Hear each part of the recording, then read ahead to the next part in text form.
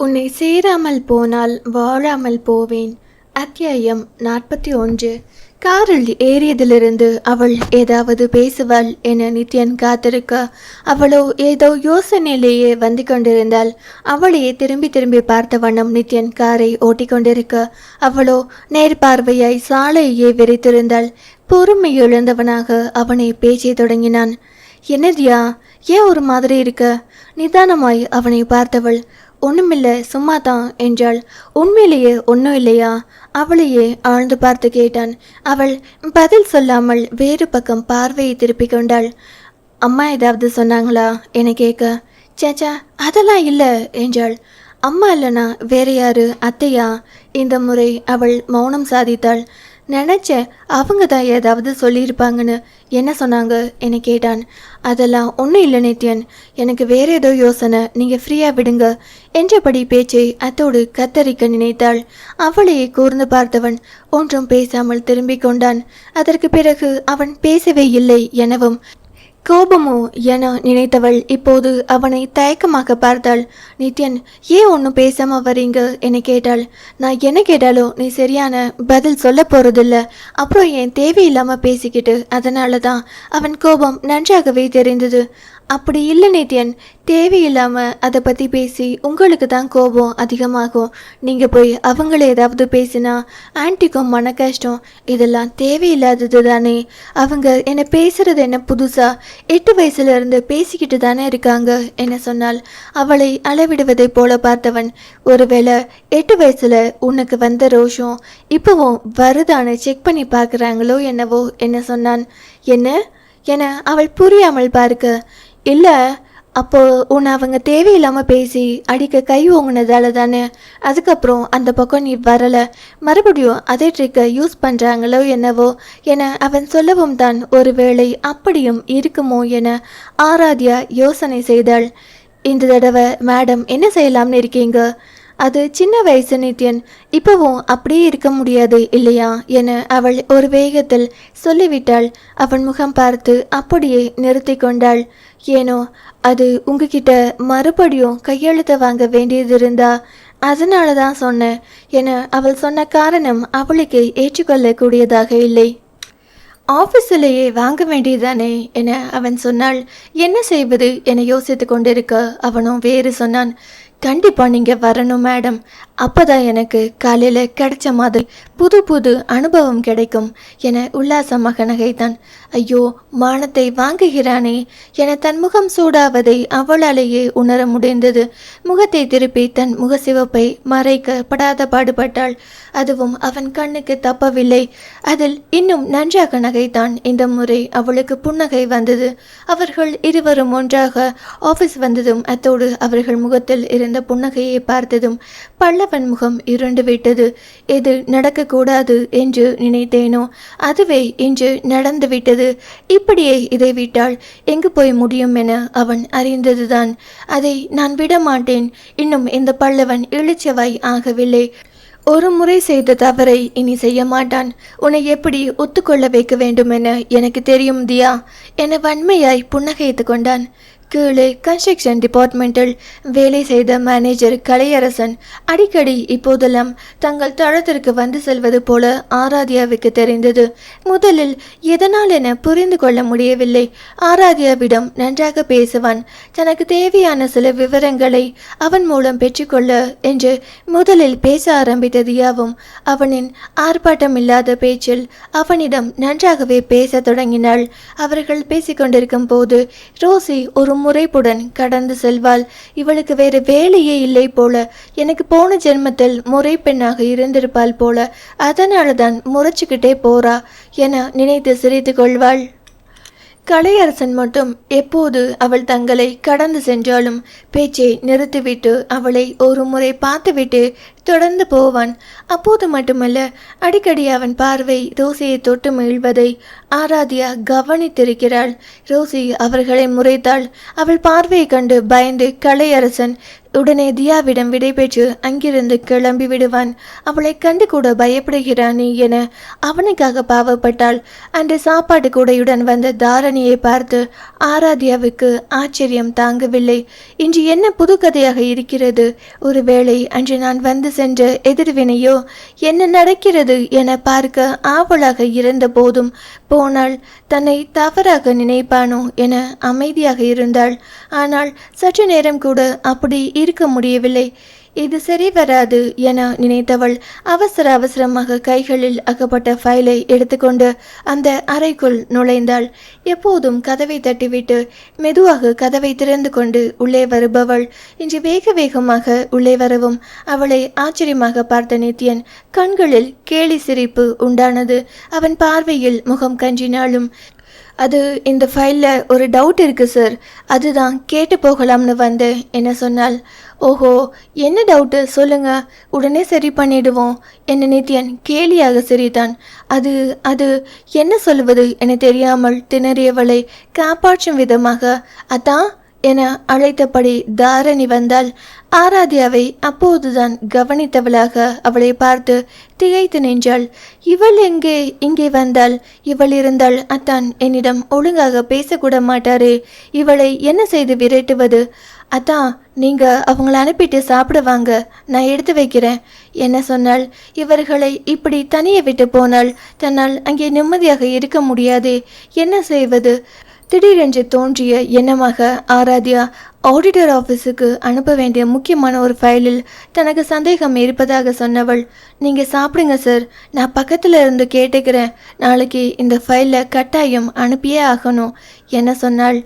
எங்கே சாப்பிட்ட பிறகு பார்த்து கொள்ளலாம் என தன்னை அனுப்பிவிடுவானோ என அவனை பயத்துடனே பார்த்து கொண்டிருக்க அவனும் சரி வாங்க என்றவாறு அவனும் அவன் தந்தையும் உபயோகப்படுத்தும் தனியறைக்கு அழைத்து சென்றான். தாரணி பொறுமை கொண்டே அவர்களுடன் வந்தாள். இவளை எப்படியாவது வெளியே அனுப்பலாம் என பார்த்தாலும் கூட வருகிறாளே, எவ்வளவு நேரம் அங்கே இருந்து சந்தேகம் கேட்க முடியும்? அப்படி ரொம்ப நேரம் கேட்கிற மாதிரி தெரிந்தாள். அத்தான் சாப்பிடட்டும், நீங்கள் கொஞ்சம் வெளியே இருங்கள் என சொல்லிவிட வேண்டியதுதான். அவன் கை கழுவி கொண்டு வரவும் அவள் உண்மையிலேயே ஏதாவது கேட்டாக வேண்டுமே என ஒரு ஃபைலை எடுத்துக்கொண்டு அதில் அவனிடம் என்ன கேட்பது என தீவிரமாக ஆராய்ச்சி செய்து கொண்டிருந்தாள். தியா, நீயும் இன்னும் சாப்பிட்டிருக்க மாட்டியே, வாயேன் சாப்பிடலாம் என நித்யன் அவளை கூப்பிட்டான். அவனுக்காக பார்த்து செய்து கொண்டு வந்தாள்.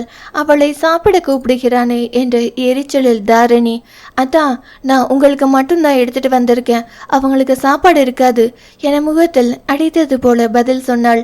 அவள் பதிலில் இருவருமே முகம் சுளித்தார்கள். சாப்பிடும்போது ஒரு நாகரிகத்துக்காக தான் நீங்களும் வாங்களேன் என்று கூப்பிடுவது, ஆனால் அப்போது கூட கொஞ்சமும் இங்கீதமில்லாமல் இப்படி பேசுகிறாளே என நித்யன் அருவருத்து போனான்.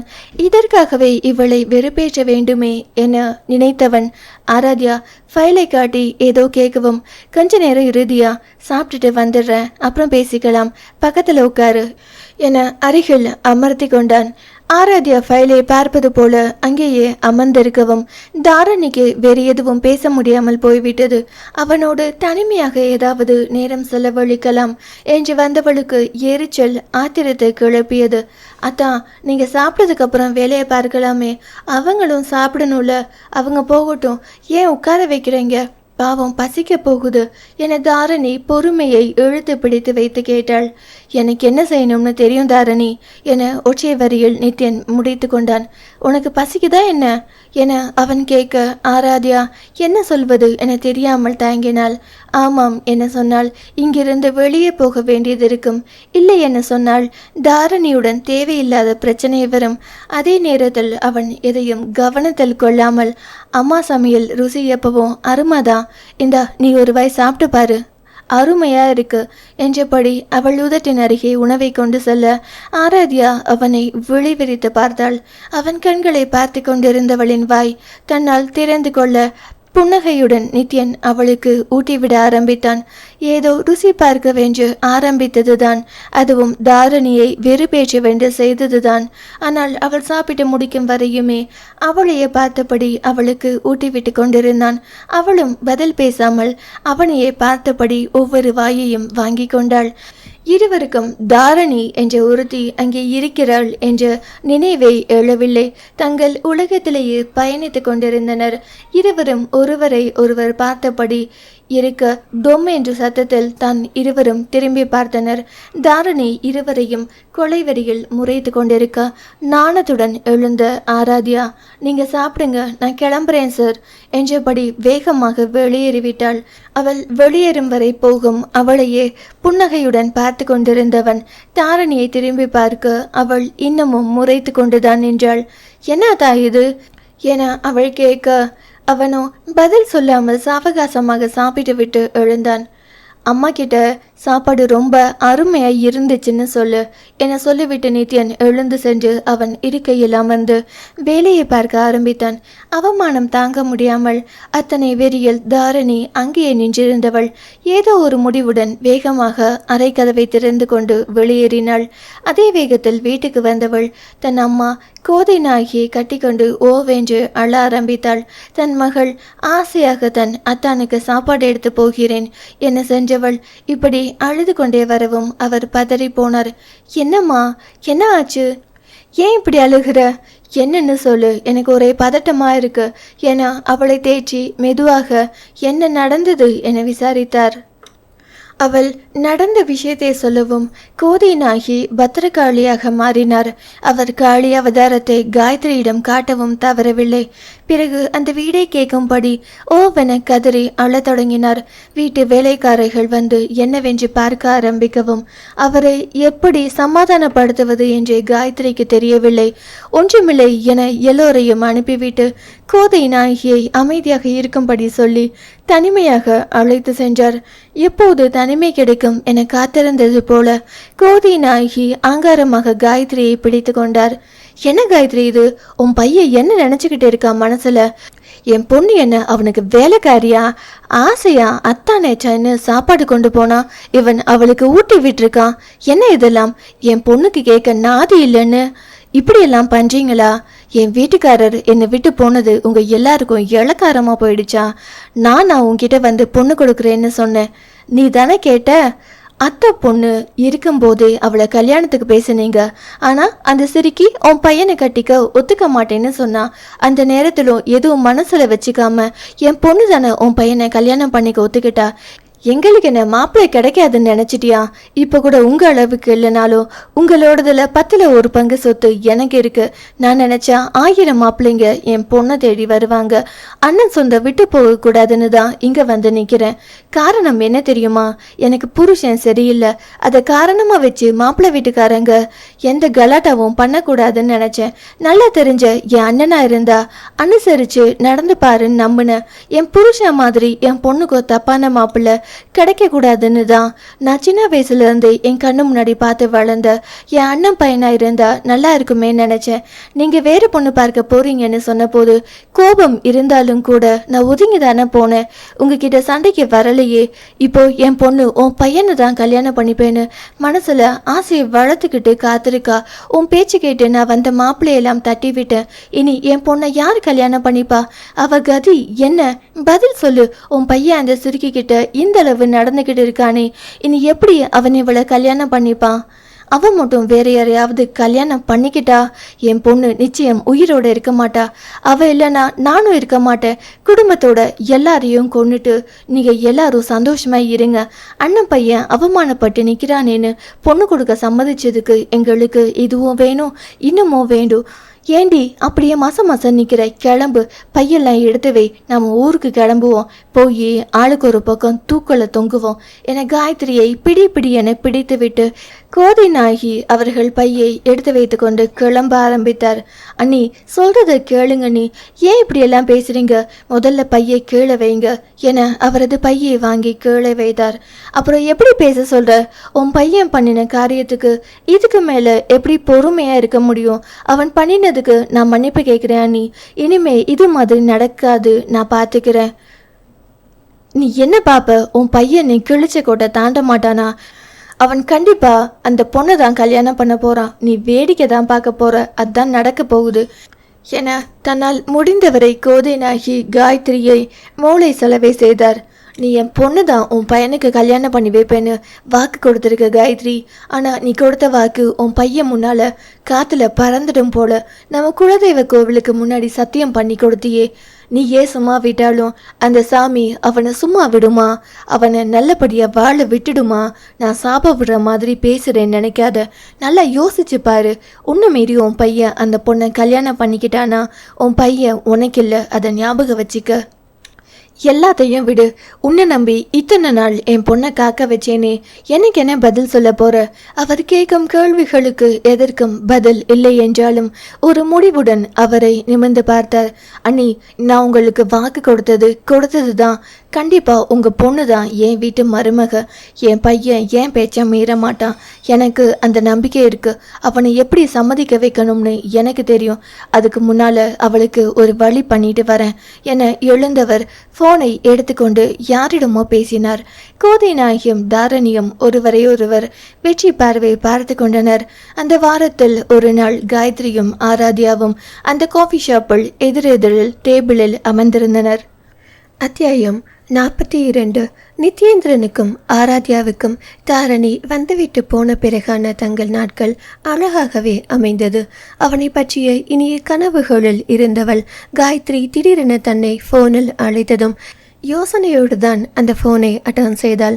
எடுத்தவுடன், நான் காயத்ரி பேசுகிறேன் என்றுதான் ஆரம்பித்தார். தெரியுதா ஆண்டி? சொல்லுங்க, என்ன விஷயம் என கேட்டாள். நான் உன்கிட்ட கொஞ்சம் பேசணும். நேரில் மீட் பண்ணலாமா? எதற்காக தன்னை சந்திக்க வேண்டும் என சொல்கிறார் என்ற யோசனை இருந்தாலும் அவரிடம் மறுத்து எதுவும் சொல்ல முடியாமல், பார்க்கலாம் ஆண்டி, எங்கே வரணும் சொல்லுங்க என ஆராத்யா கேட்டாள். உங்கள் கம்பெனி பக்கத்தில் இருக்க காஃபி ஷாப்புக்கு வந்துடு என்றவர் எத்தனை மணிக்கு வர வேண்டும் என சொல்லி ஃபோனை வைத்தார். அவர் சொன்ன நேரத்திற்கு சென்றதும் ஆராத்யாவுக்கு முன்னதாகவே காயத்ரி வந்து காத்திருந்தார்.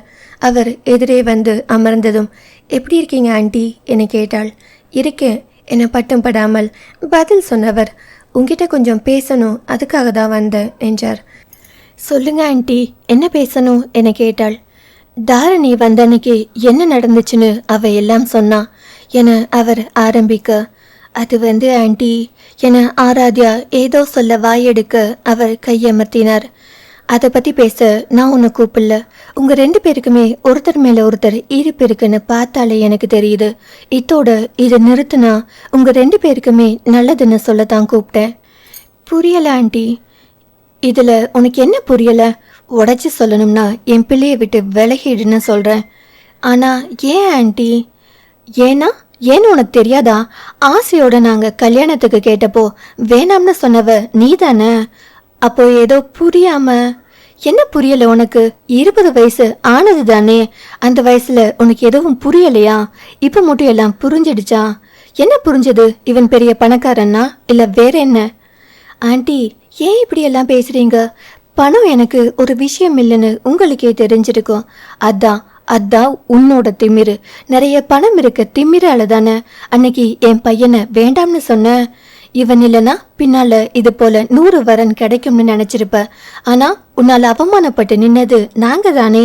எங்களுக்கு என்ன பொண்ணை கிடைக்காம உங்களை தேடி வந்தோம்னு நினைச்சியா? உங்க அண்ணன் வந்து என் பையன் கிட்ட கேட்டு அவனும் சரின்னு சொன்னானேன்னு தான் நாங்க இறங்கி வந்தோம். அதுக்கு நல்லா எங்க மூஞ்சில கரிய பூசணியே. இப்ப எந்த மூஞ்ச வச்சுக்கிட்டு என் பையன் பின்னாடி சுத்துற? ஆண்டி, என கலங்கிய கண்களை கட்டுப்படுத்தி கொள்ள அவள் போராட அவளை பார்த்து காயத்ரிக்கு ஒரு மாதிரி இருந்தாலும் இப்போது இழகிவிடக் கூடாது, பிறகு அதுவே தொடர்கதையாகிவிடும் என தனக்குள் இறுக்கிக் கொண்டார். அப்பவே நான் முடிவு பண்ணிட்டேன், என் பையனுக்கு வசதி, பணம், அழகு இதெல்லாம் தேவையில்லை. அவனை மனதார நேசித்து கடைசி வரை அவனோடு இருந்து நல்லபடியா பார்த்துக்கிற பொண்ணுதான் வேணும். இதெல்லாம் யோசிச்சுதான் தாரணியை தேர்ந்தெடுத்தேன். அவங்களே என் பையனை அவங்க பொண்ணுக்கு கேட்டோம், நிராகரித்து விட்டுதான் உன்னை தேடி வந்தோம். அதை கூட அவங்க பெருசா எடுத்துக்காம நான் கேட்ட உடனே பொண்ணு கொடுக்க சம்மதிச்சாங்க.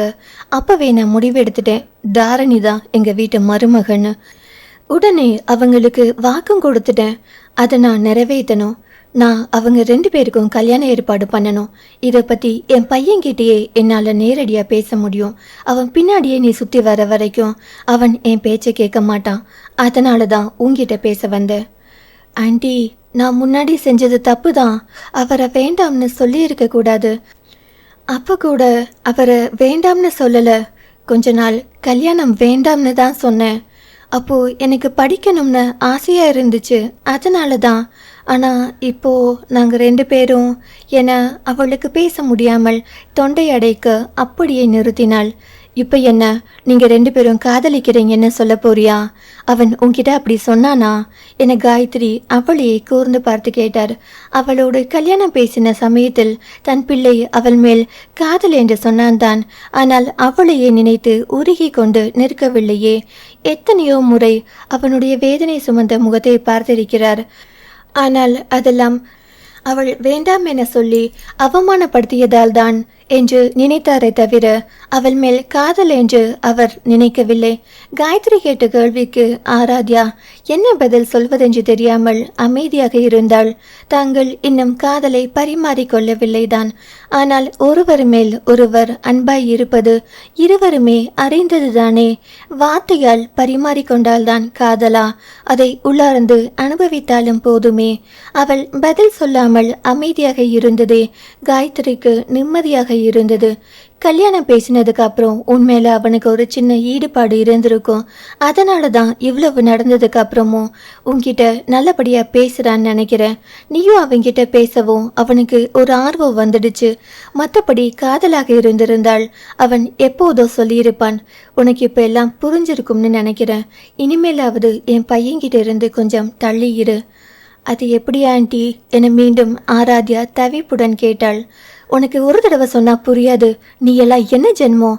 அதுதான் உன்கிட்டயும் நிறைய பணம் இருக்கே, அதை வச்சு வேற யாரையாவது பணக்காரனா பார்த்து கல்யாணம் பண்ணி தொலைய வேண்டியதானே. ஏன் இப்படி எங்க குடும்பத்துல புகுந்து இப்படி எங்க எல்லார் நிம்மதியையும் கெடுக்கிற? நான் இவ்வளவு சொன்னதையும் மீறி என் பையனை கல்யாணம் பண்ணிக்கணும்னு ஆசைப்பட்டா தாராளமாக பண்ணிக்கோ. ஆனால் அதுக்கு பிறகு நான் உயிரோடு இருக்க மாட்டேன். எனக்கு நான் கொடுத்த வாக்கை காப்பாற்றியே ஆகணும். நான் போனதுக்கு அப்புறம் நிம்மதியாக அவனை கல்யாணம் பண்ணிக்கிட்டு சந்தோஷமாக இரு என ஆவேசத்துடன் சொன்னார். ஐயோ, என்ன ஆண்டி இப்படியெல்லாம் பேசுறீங்க என அவளுக்கு கண்கள் கலங்கி இப்போது கண்ணீரும் வந்துவிட்டது. வேற எப்படி பேச சொல்ற? உன்னை எனக்கு மட்டும் பிடிக்காதுன்னு நினைச்சியா? சின்ன வயசுல இருந்து பொம்பளை பிள்ளை இல்லைங்கிற குறைய உன்னை பார்த்து தான் தீட்டுப்பேன். உன்னை எனக்கு அவ்வளோ பிடிக்கும். அதனால தான் நீ பொண்ணுன்னு சொன்ன உடனே எதையும் யோசிக்காம கல்யாணத்துக்கு ஒத்துக்கிட்டேன். என் பையனுக்கு நல்ல பொண்டாட்டியா இருக்கியோ இல்லையோ, எங்கள் வீட்டுக்கு ஒரு நல்ல மருமகளா, எனக்கு நல்ல மகளா இருப்பேன்னு நினச்சேன். என்னை காயத்ரியும் கண் கலங்கினார். பிறகு அவரே தொடர்ந்து அதெல்லாம் முடிஞ்சு போச்சு. இப்போ அதை பற்றி பேசி ஒன்றும் பிரயோஜனம் இல்லை. என் சம்மதம் இல்லாமல் கண்டிப்பாக என் பையன் கல்யாணம் பண்ணிக்க மாட்டான். உன்னை கல்யாணம் பண்ணிக்க என் சம்மதம் கடைசி வரையிலும் கிடைக்காது. அவன் இப்படியே இருக்கணுமா, இல்லை கல்யாணம் பண்ணி குழந்தை குட்டியோட நல்லா இருக்கணுமான்னு யோசிச்சுக்க. அவன் வாழ்க்கை நல்லா இருக்கணும்னு நினச்சேன்னா தயவு செய்து விலகி போயிடு. எப்படியும் கொஞ்ச நாளில் அவன்கிட்ட பேசி தாரணியை நான் கல்யாணம் பண்ணி வச்சிடுவேன். நான் சொன்னால் அவன் கேட்பான். எனக்கு அந்த நம்பிக்கை இருக்கு. அதற்கு மேல் பேச ஒன்றுமில்லை என்பதை போல அவர் அமைதியாக இருந்தார். ஆராத்யா வழிந்த கண்ணீரை கட்டுப்படுத்தி கொண்டு சற்று நேரம் அமைதியாக இருந்தாள். பிறகு ஒரு முடிவுடன் நிமிர்ந்து, இனி அவரை நான் டிஸ்டர்ப் பண்ண மாட்டேன் ஆண்டி. நீங்கள் சொன்ன மாதிரியே இனி நான் விலகி போயிடுறேன். எல்லாத்தையும் மீறி எங்களுக்கு கல்யாணம்னு ஒன்று நடந்தா அது உங்கள் சம்மதம் இல்லாமல் நடக்கவே நடக்காது என சொன்னவள் காயத்ரியிடம் விடை பெற்று சோர்வுடன் நடந்து சென்றாள். அவள் கலங்கிய முகம், தொய்ந்து போன நடை, சோர்ந்து போன தோற்றம் எல்லாம் சேர்ந்து காயத்ரியை உலுக்கியது. அவள் போவதையே பார்த்திருந்த காயத்ரிக்கு உள்ளம் துணுக்குறதான் செய்தது. வீட்டுக்கு சென்றதும் காயத்ரி சொன்னதை யோசித்து பார்த்த ஆராத்யாவுக்கு கண்ணீர் பெருக்கெடுத்தது. இதை தன்னால் செய்ய முடியுமா? நிச்சயம் செய்ய முடியாது. அவனை பார்த்தும் எப்படி தன்னால் ஒதுங்கி போக முடியும்? இத்தனைக்கு பிறகு இரவெல்லாம் தூங்காமல் யோசித்ததும் தான் எத்தனை தூரம் நித்யனை காதலிக்கிறாள் என்பதை அவளுக்கு புரிந்தது. அவன் இல்லை என்றால் தனக்கு ஒன்றுமே இல்லை. அவனை விட்டு விடுவதற்கு உயிரை விட்டு விடலாம் என எல்லாம் புரிந்தது. தான் அவனை உயிராய் காதலிப்பதை உணர்ந்தும் அதை அவனிடம் வெளிப்படுத்த முடியாத தன் நிலையை எண்ணி நொந்து கொண்டாள். காயத்ரி ஒத்துக்கொள்ளாமல் தன் காதல் வெற்றியடையாது என்பதும் யோசிக்க வேண்டிய ஒன்றுதான். அதுதான் வாக்கு கொடுத்து வைத்திருக்கிறாரே. பாவம், அவரும் தான் என்ன செய்வார்? நான் அவர் மகனை வேண்டாம் என சொல்லிவிட்டதால் கோபமாக இருந்திருப்பார். அவரது குழப்பமான மனநிலையை பயன்படுத்தி கோதினாகி காரியம் சாதித்து கொண்டிருக்கிறார். அவரெல்லாம் என்ன பெண்மணி என ஆத்திரமாய் வந்தது. தனக்கும் ஒரு பெண் இருக்கிறதை மறந்து இவ்வளவு மோசமாக நடந்து கொள்கிறாரே. இவ்வளவுக்கும் காரணம் நான் தான். அப்போதே நித்யனை திருமணம் செய்ய ஒத்துக்கொண்டிருந்தாள் இந்த விஷயம் இவ்வளவு தூரம் போயிருக்காது. உண்மையில் அப்போது இருந்த நிலையில் அவனை திருமணம் செய்திருந்தாள் கண்டிப்பாக அவனை வெறுத்திருப்பாள்.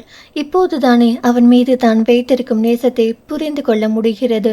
ஆரம்பத்திலிருந்தே அவளுக்கு நிதின் என்றால் பிரியம்தான். அவனுடைய முரட்டுத்தனமான விளையாட்டு பிடிக்காது. அதனால் அவனுக்கு எதுவும் ஆகிவிடுமோ என பயந்தாள். ஒவ்வொன்றிலும் அவனுக்காக அக்கறை இருக்கத்தான் செய்தது. ஆனால் அப்போது திருமணம் என்னும் அளவில் அவனை யோசித்து பார்க்கவில்லை.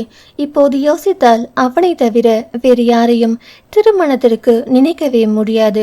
எல்லாம் நல்லதுக்கு தான், என் காதலை உணர்ந்து கொள்ளதான் இதெல்லாம் நடந்திருக்கிறது என நினைத்தாள். இப்போது உணர்ந்து கொண்டு என்ன பையன்? காயத்ரி ஆண்டியிடம் சொல்லி வந்தாயிற்று. இனி அவனை விட்டு விலகி இருக்க வேண்டியதுதான். அவனுக்கு மட்டுமல்ல, தனக்கும் இது மிகப்பெரிய வழிதான். ஆனால் செய்தாக வேண்டுமே. எப்போதும் ஏதாவது யோசனையிலேயே சுற்றி தெரியும் ஆராத்யாவை நித்யன் புருவம் சுருக்கி பார்த்தான். ஏதாவது பிரச்சனையா என கேட்டாலும் ஒன்றுமில்லை என்று தலையசைப்போடு நகர்ந்து விடுவாள். அவளின் நடத்தையில் அதிக வித்தியாசம் தெரிய ஆரம்பித்தது. அவனை நிமிர்ந்து கூட பார்ப்பதில்லை. ஒன்றுக்கு 2 முறை பெயர் சொல்லி கூப்பிட்டால்தான் அவனை பார்த்தாள். ஒரு வாரம் முன்னான அவளது நடத்தைக்கும் இப்போது அவள் நடந்து கொள்வதற்கும் நிறைய வித்தியாசம் இருந்தது. வீட்டில் அவளுக்கு மாப்பிள்ளை பார்ப்பதை பற்றி ஆனந்தன் சொல்லி இருந்தானே, ஒருவேளை அதனால் கவலையாக இருக்கிறாளோ என்று பேசி பார்க்க வேண்டியதுதான். அன்று அவன் கேட்ட ஃபைலுடன் உள்ளே நுழைந்த ஆராத்யாவை பார்த்தவன் அவளிடம் அதை பற்றிய விவரம் கேட்க வழக்கம் போல அவனை நிமிர்ந்து பார்க்காமல் பதில் சொல்லிக் கொண்டிருந்தாள். ஆனால் வந்ததிலிருந்து நித்யன் அவளைத்தான் பார்த்து கொண்டிருந்தான். கீழே ஏதாவது போட்டுட்டியா என்ன? என்னது என்ன என புரியாமல் ஆராத்யா அவனை நிமிர்ந்து பார்த்தாள். ரொம்ப நேரமா கீழே எதையோ தேடிட்டு இருந்தியே, அதனால தான் கேட்டேன். அவன் வேண்டுமென்றே கேட்கிறான் என புரிந்து, அதெல்லாம் ஒன்றும் இல்லை சார் என சொன்னாள். நித்யன் இப்போது மீண்டும் சார் ஆகிவிட்டதா? சரிதான். அப்போது ஏதோ பிரச்சனை இருக்கிறது. உனக்கு என்ன பிரச்சனை தியா? ஏன் ஒரு மாதிரி இருக்க? அதெல்லாம் ஒன்றும் இல்லை சார். என்கிட்ட சொல்லக்கூடாதா? இல்லை சார், எதுவும் இல்லைன்னு சொல்கிறேனே. அவளுக்கு எரிச்சலாக வந்தது. ஏற்கனவே இவனோடு பேசாமல் பார்க்க முடியாமல் அவள் படும் பாடு அவள் மட்டுமே அறிந்தது. ஒன்றுமில்லைன்னு நீ சொல்லிட்டா அப்படியே நான் ஒத்துக்கணுமா? உன் முகத்தை பார்த்தாலே தெரியுது ஏதோ பிரச்சனை இருக்குன்னு. என்கிட்ட சொல்லுதியா? நமக்குள்ள என்ன தயக்கம்? சார் ப்ளீஸ், ஒன்றும் இல்லைன்னு சொன்னால் விடுங்க. எனக்கு என்ன ஒரு ஸ்பேஸ் இருக்குது. தயவு செஞ்சு என்னை விடுங்க. அனாவசியமாக என் விஷயத்தில் தலையிடாதீங்க. என் பிரச்சனையை எனக்கு பார்த்துக்க தெரியும் என சொல்லென்று சொல்லிவிட்டாள். அவளையே வெறித்து பார்த்தவன், நீங்க போகலாம் தியா என சொன்னான். அவனது மரியாதையான அழைப்பு அவளுக்கும் கஷ்டமாகத்தான் இருந்தது. நான் வேறு என்னதான் செய்வது? என்னை இந்த நிலைமையில் கொண்டு வந்து வைத்து விட்டாயே ஆண்டவா என நொந்து கொள்ள மட்டும்தான் முடிந்தது. அதன் பிறகு நித்யன் அவளிடம் தேவைக்கு அதிகமாக பேச்சு வைத்து கொள்ளவில்லை. தேவைக்கென்று கூட சொல்ல முடியாது, சுத்தமாக பேச்சை வைத்து கொள்ளவில்லை என்று தான் சொல்ல வேண்டும். அவனுக்கு ஏதாவது தேவை என்றாலும் இப்போதெல்லாம் ரோசியை வைத்தே செய்து கொண்டான். கடைசியாக 2 மீட்டிங்கிற்கு ஆராத்யாதான் அவனோடு சென்று வந்தாள். ஆனால் இப்போது அவளை தவிர்த்துவிட்டு ரோசியை அழைத்து சென்றான். அவனின் இந்த செய்கைகளை அவளுக்கு மனவலியை கொண்டு வந்திருந்தது. ஒருவேளை தான் அவனோடு பேசாமல் தவிர்த்த போது அவனுக்கும் இப்படிதான் இருந்திருக்குமோ? இன்றும் தாரணி அவனுக்காக சாப்பாடு கொண்டு வந்திருந்தாள். இது 3வது முறை. 2வது முறை வந்தபோது ஆராத்யா அவன் அறையில் தான் இருந்தாள். மீட்டிங்குக்காக அந்த கம்பெனியை பற்றிய முக்கியமான விஷயங்களை சொல்லிக் கொண்டிருக்க அவள் குறிப்பெடுத்து கொண்டிருந்தாள். அப்போதுதான் சாப்பாட்டு குடையுடன் தாரணி உள்ளே வந்தாள். அவளை பார்த்ததும் ஆராத்யா முன்பு போல அங்கேயே இருக்காமல் சட்டென்று அவனிடம் விடை பெற்று கொண்டு வெளியில் கிளம்பினாள். முதலில் நித்யனுக்கு அது ஆச்சரியம்தான்.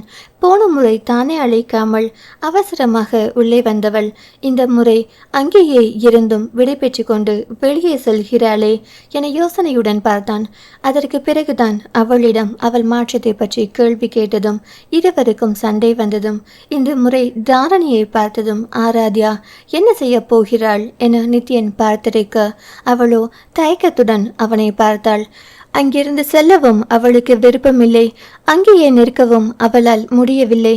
தாரணி அவள் நிலையை புரிந்து கொண்டது போல, என்ன இன்னும் வேடிக்கை பார்த்துட்டு இருக்க, வேலை முடிஞ்சா வெளியே போ என ஆராத்யாவை விரட்ட அவள் இருவரையும் திரும்பி திரும்பி பார்த்தபடியே வெளியேறினாள். தான் இப்படி சொன்னவுடன் ஆராத்யா வெளியேறும் ரகம் அல்ல என தாரணியும் அறிந்ததுதான். காயத்ரி வந்து ஆராத்யாவிடம் பேசி சென்றது அவளுக்கு தெரியும். அதனால்தான் இப்போதெல்லாம் இந்த கம்பெனியை தனது என்பது போல உரிமையுடன் நடந்து கொண்டாள். ஆராத்யாவை தன் வழியிலிருந்து அகற்றியாயிற்று.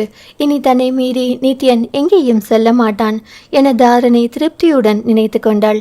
தாரணி தான் இந்த கம்பெனி ஓனர் போல அங்கிருந்து வெளியே போக சொன்னாள்.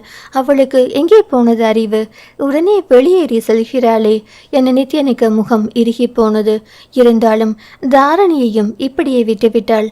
அதிக உரிமை எடுத்துக்கொள்வாள் என நினைத்தவன் சட்டென்று ரோசிக்கு போன் செய்து அவளை உள்ளே வர சொன்னான். அவள் வந்ததும் அடுத்து மீட்டிங் செல்ல இருக்கும் கம்பெனி பற்றி விவரங்களை சொல்லி சாப்பிட்டு முடிக்கும் வரை அதை பற்றி சொல்ல சொல்ல ரோசிக்கு சந்தோஷம் தாங்கவில்லை. இப்போதெல்லாம் நித்யன் அவளிடம் தனி அக்கறையுடன் நடந்து கொண்டது போல தோன்றியது. ஒருவேளை தன்னை போல அவருக்கும் தன்மேல் விருப்பம் இருக்குமோ என யூகித்து கொண்டாள். இல்லையென்றால் தேவைக்கு அதிகமாக தன்னை அடிக்கடி அழைக்காதவன் இப்போதெல்லாம் அடிக்கடி அருகில் அழைத்து வைத்து கொள்வானா என சந்தோஷத்துடன் அவன் அருகில் வந்து நின்று கொண்டாள். தாரணிக்கு தான் கோபம் எல்லையை கடந்தது.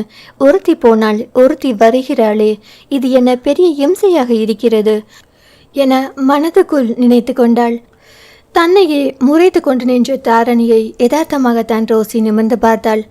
இது என்ன, இவள் இப்படி கொலை வெறியில் முறைத்து கொண்டிருக்கிறாள் என ரோசி அவளை புரியாமல் பார்த்தாள்.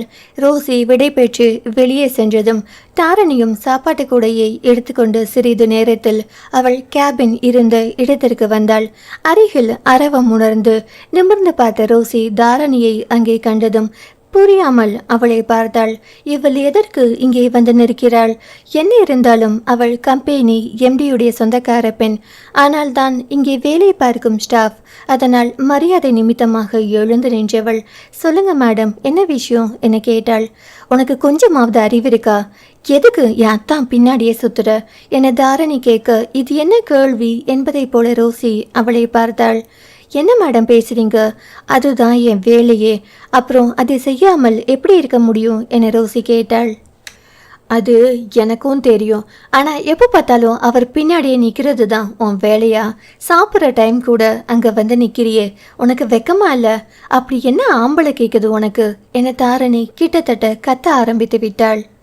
அருகில் கேபினில் இருந்த ஓரிருவர் திரும்பி பார்க்க தொடங்கவும் ரோசிக்கு அவமானமாய் இருந்தது. அந்த நேரம் கலையரசனும் அங்கு வந்துவிட என்ன பிரச்சனை என புரியாமல் பார்த்தான். எல்லோரும் தன்னை பார்க்கவும் ரோசி தடுமாறியபடி, என்ன மேடம் இப்படி பேசுறீங்க, சார் கூப்பிட்டாருன்னு தான் வந்த, வேலை செய்கிற இடத்துல இதெல்லாம் சகஜம், இதுக்கெல்லாம் குத்தம் கண்டுபிடிக்கிறீங்க என கேட்டாள். ஓ, வேலை செய்கிற இடத்துல இதெல்லாம் சகஜமா, அப்போ உங்க சார் எங்கே கூப்பிட்டாலும் நீ போயிடுவியா என தாரணி இகழ்ச்சியாக ரோசியை பார்த்து கேட்ட கேள்வியில் ரோசி கூனி கூறுகி போனாள். இதுவரையிலும் அவர்கள் பேசி கொண்டிருந்தது அவர்களது தனிப்பட்ட உரையாடல் என அதற்குள் போகாமல் இருந்த கலையரசன் இப்போது கோபத்துடன் அவர்கள் அருகில் சென்றான். மேடம், நீங்க முதல்ல யாரு, ஏன் ரோசிக்கிட்ட இப்படி பேசிட்டு இருக்கீங்க என்றபடி தாரணியை பார்த்தான். அவனை மேலேயும் கீழேயும் ஒரு பார்வை பார்த்தவள், முதல்ல நீ யாரு என கேட்டாள். நான் இங்க கன்ஸ்ட்ரக்ஷன் மேனேஜரா இருக்கேன், செகண்ட் பில்டிங்கில் தான் ஆஃபீஸ் இருக்குது என சொன்னான்.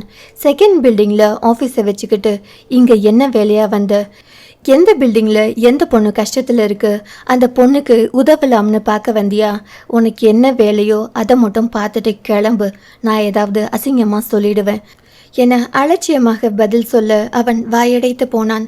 தன்னால் கலையரசனும் அவமானப்படுவதை விரும்பாத ரோசி, நீங்க போங்க கலையரசன், இதை நான் பார்த்துக்கிறேன் என சொல்ல தாரணி இழக்காரத்துடன், அப்போ உனக்கு என் அத்தா மட்டும் இல்லையா, இங்கே நிறைய ஆம்பளைய வளைச்சி போட்டு வச்சிருக்க போல இருக்கு என அவளை அருவருப்பாக பார்த்தாள். இங்க பாரு, நான் உனக்கு கடைசியா சொல்றேன், இன்னொரு தடவை அத்தான் பின்னாடி உன்னை பார்த்தேன், அதுக்கப்புறம் நடக்கிறதே வேற என அவளை மிரட்டிவிட்டு அங்கே நின்றிருந்த கலையரசனையும் ஒரு பார்வை பார்த்துவிட்டு நகர்ந்தவள் என்ன நினைத்தாலோ அங்கே நின்று ஒரு முறை அந்த ஆஃபீஸை சுற்றி பார்த்தாள். அங்கே வேலை செய்த மற்ற பெண்களை ஒரு பார்வை பார்த்தவள், இங்கே பாருங்கடி, எல்லாத்துக்கும் சேர்த்து சொல்கிறேன், இனியும் என் அத்தா இருக்கிற பக்கம் உங்கள் கண்ணு போச்சு, எல்லார் மூலியையும் தோண்டி எடுத்துடுவேன் பார்த்துக்கோங்க, இனி அவர் இருக்கிற திசை பக்கம் கூட யாரும் போகக்கூடாது என ஆங்காரமாக சொல்லிவிட்டு அடுத்த நிமிடம் அந்த இடத்தை விட்டு சென்றாள். ஏதோ பெரிய புயல் அடித்து ஓய்ந்தது போல அந்த அலுவலகமே அமைதியாக இருந்தது. அத்தியாயம் 43. தாரணி கத்திவிட்டு சென்றதும் அடுத்து என்ன பேசுவது என்று யாருக்கும் தெரியவில்லை. எல்லோரும் ஒருவர் மற்றொருவர் காதல் கிசுகிசுத்தபடி அமர்ந்திருந்தார்கள். ரோசிக்கு அங்கே நிற்கவே அசிங்கமாக இருந்தது. கலையரசன் பார்வை ஆறுதலாக இருந்த போதும் அவனிடம் நின்று கூட பேச அவளுக்கு தோன்றவில்லை.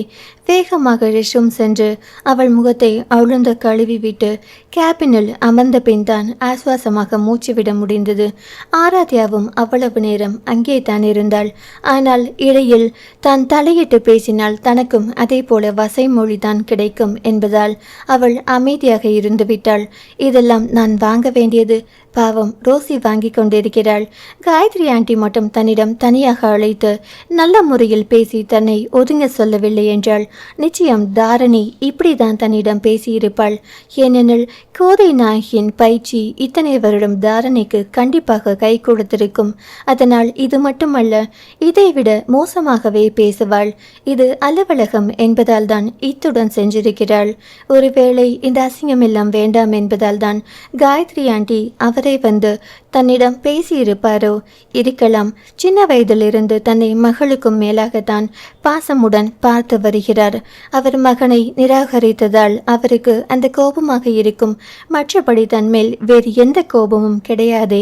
சரியான முறையில் அவரிடம் தான் ஏன் அப்போது திருமணம் வேண்டாம் என சொன்னேன் என்பதை சொல்லலாம் என நினைத்தால் அவர் அதை கேட்கும் மனநிலையில் இல்லை. அதனால் தான் அதை சொல்லாமல் விட்டாள்.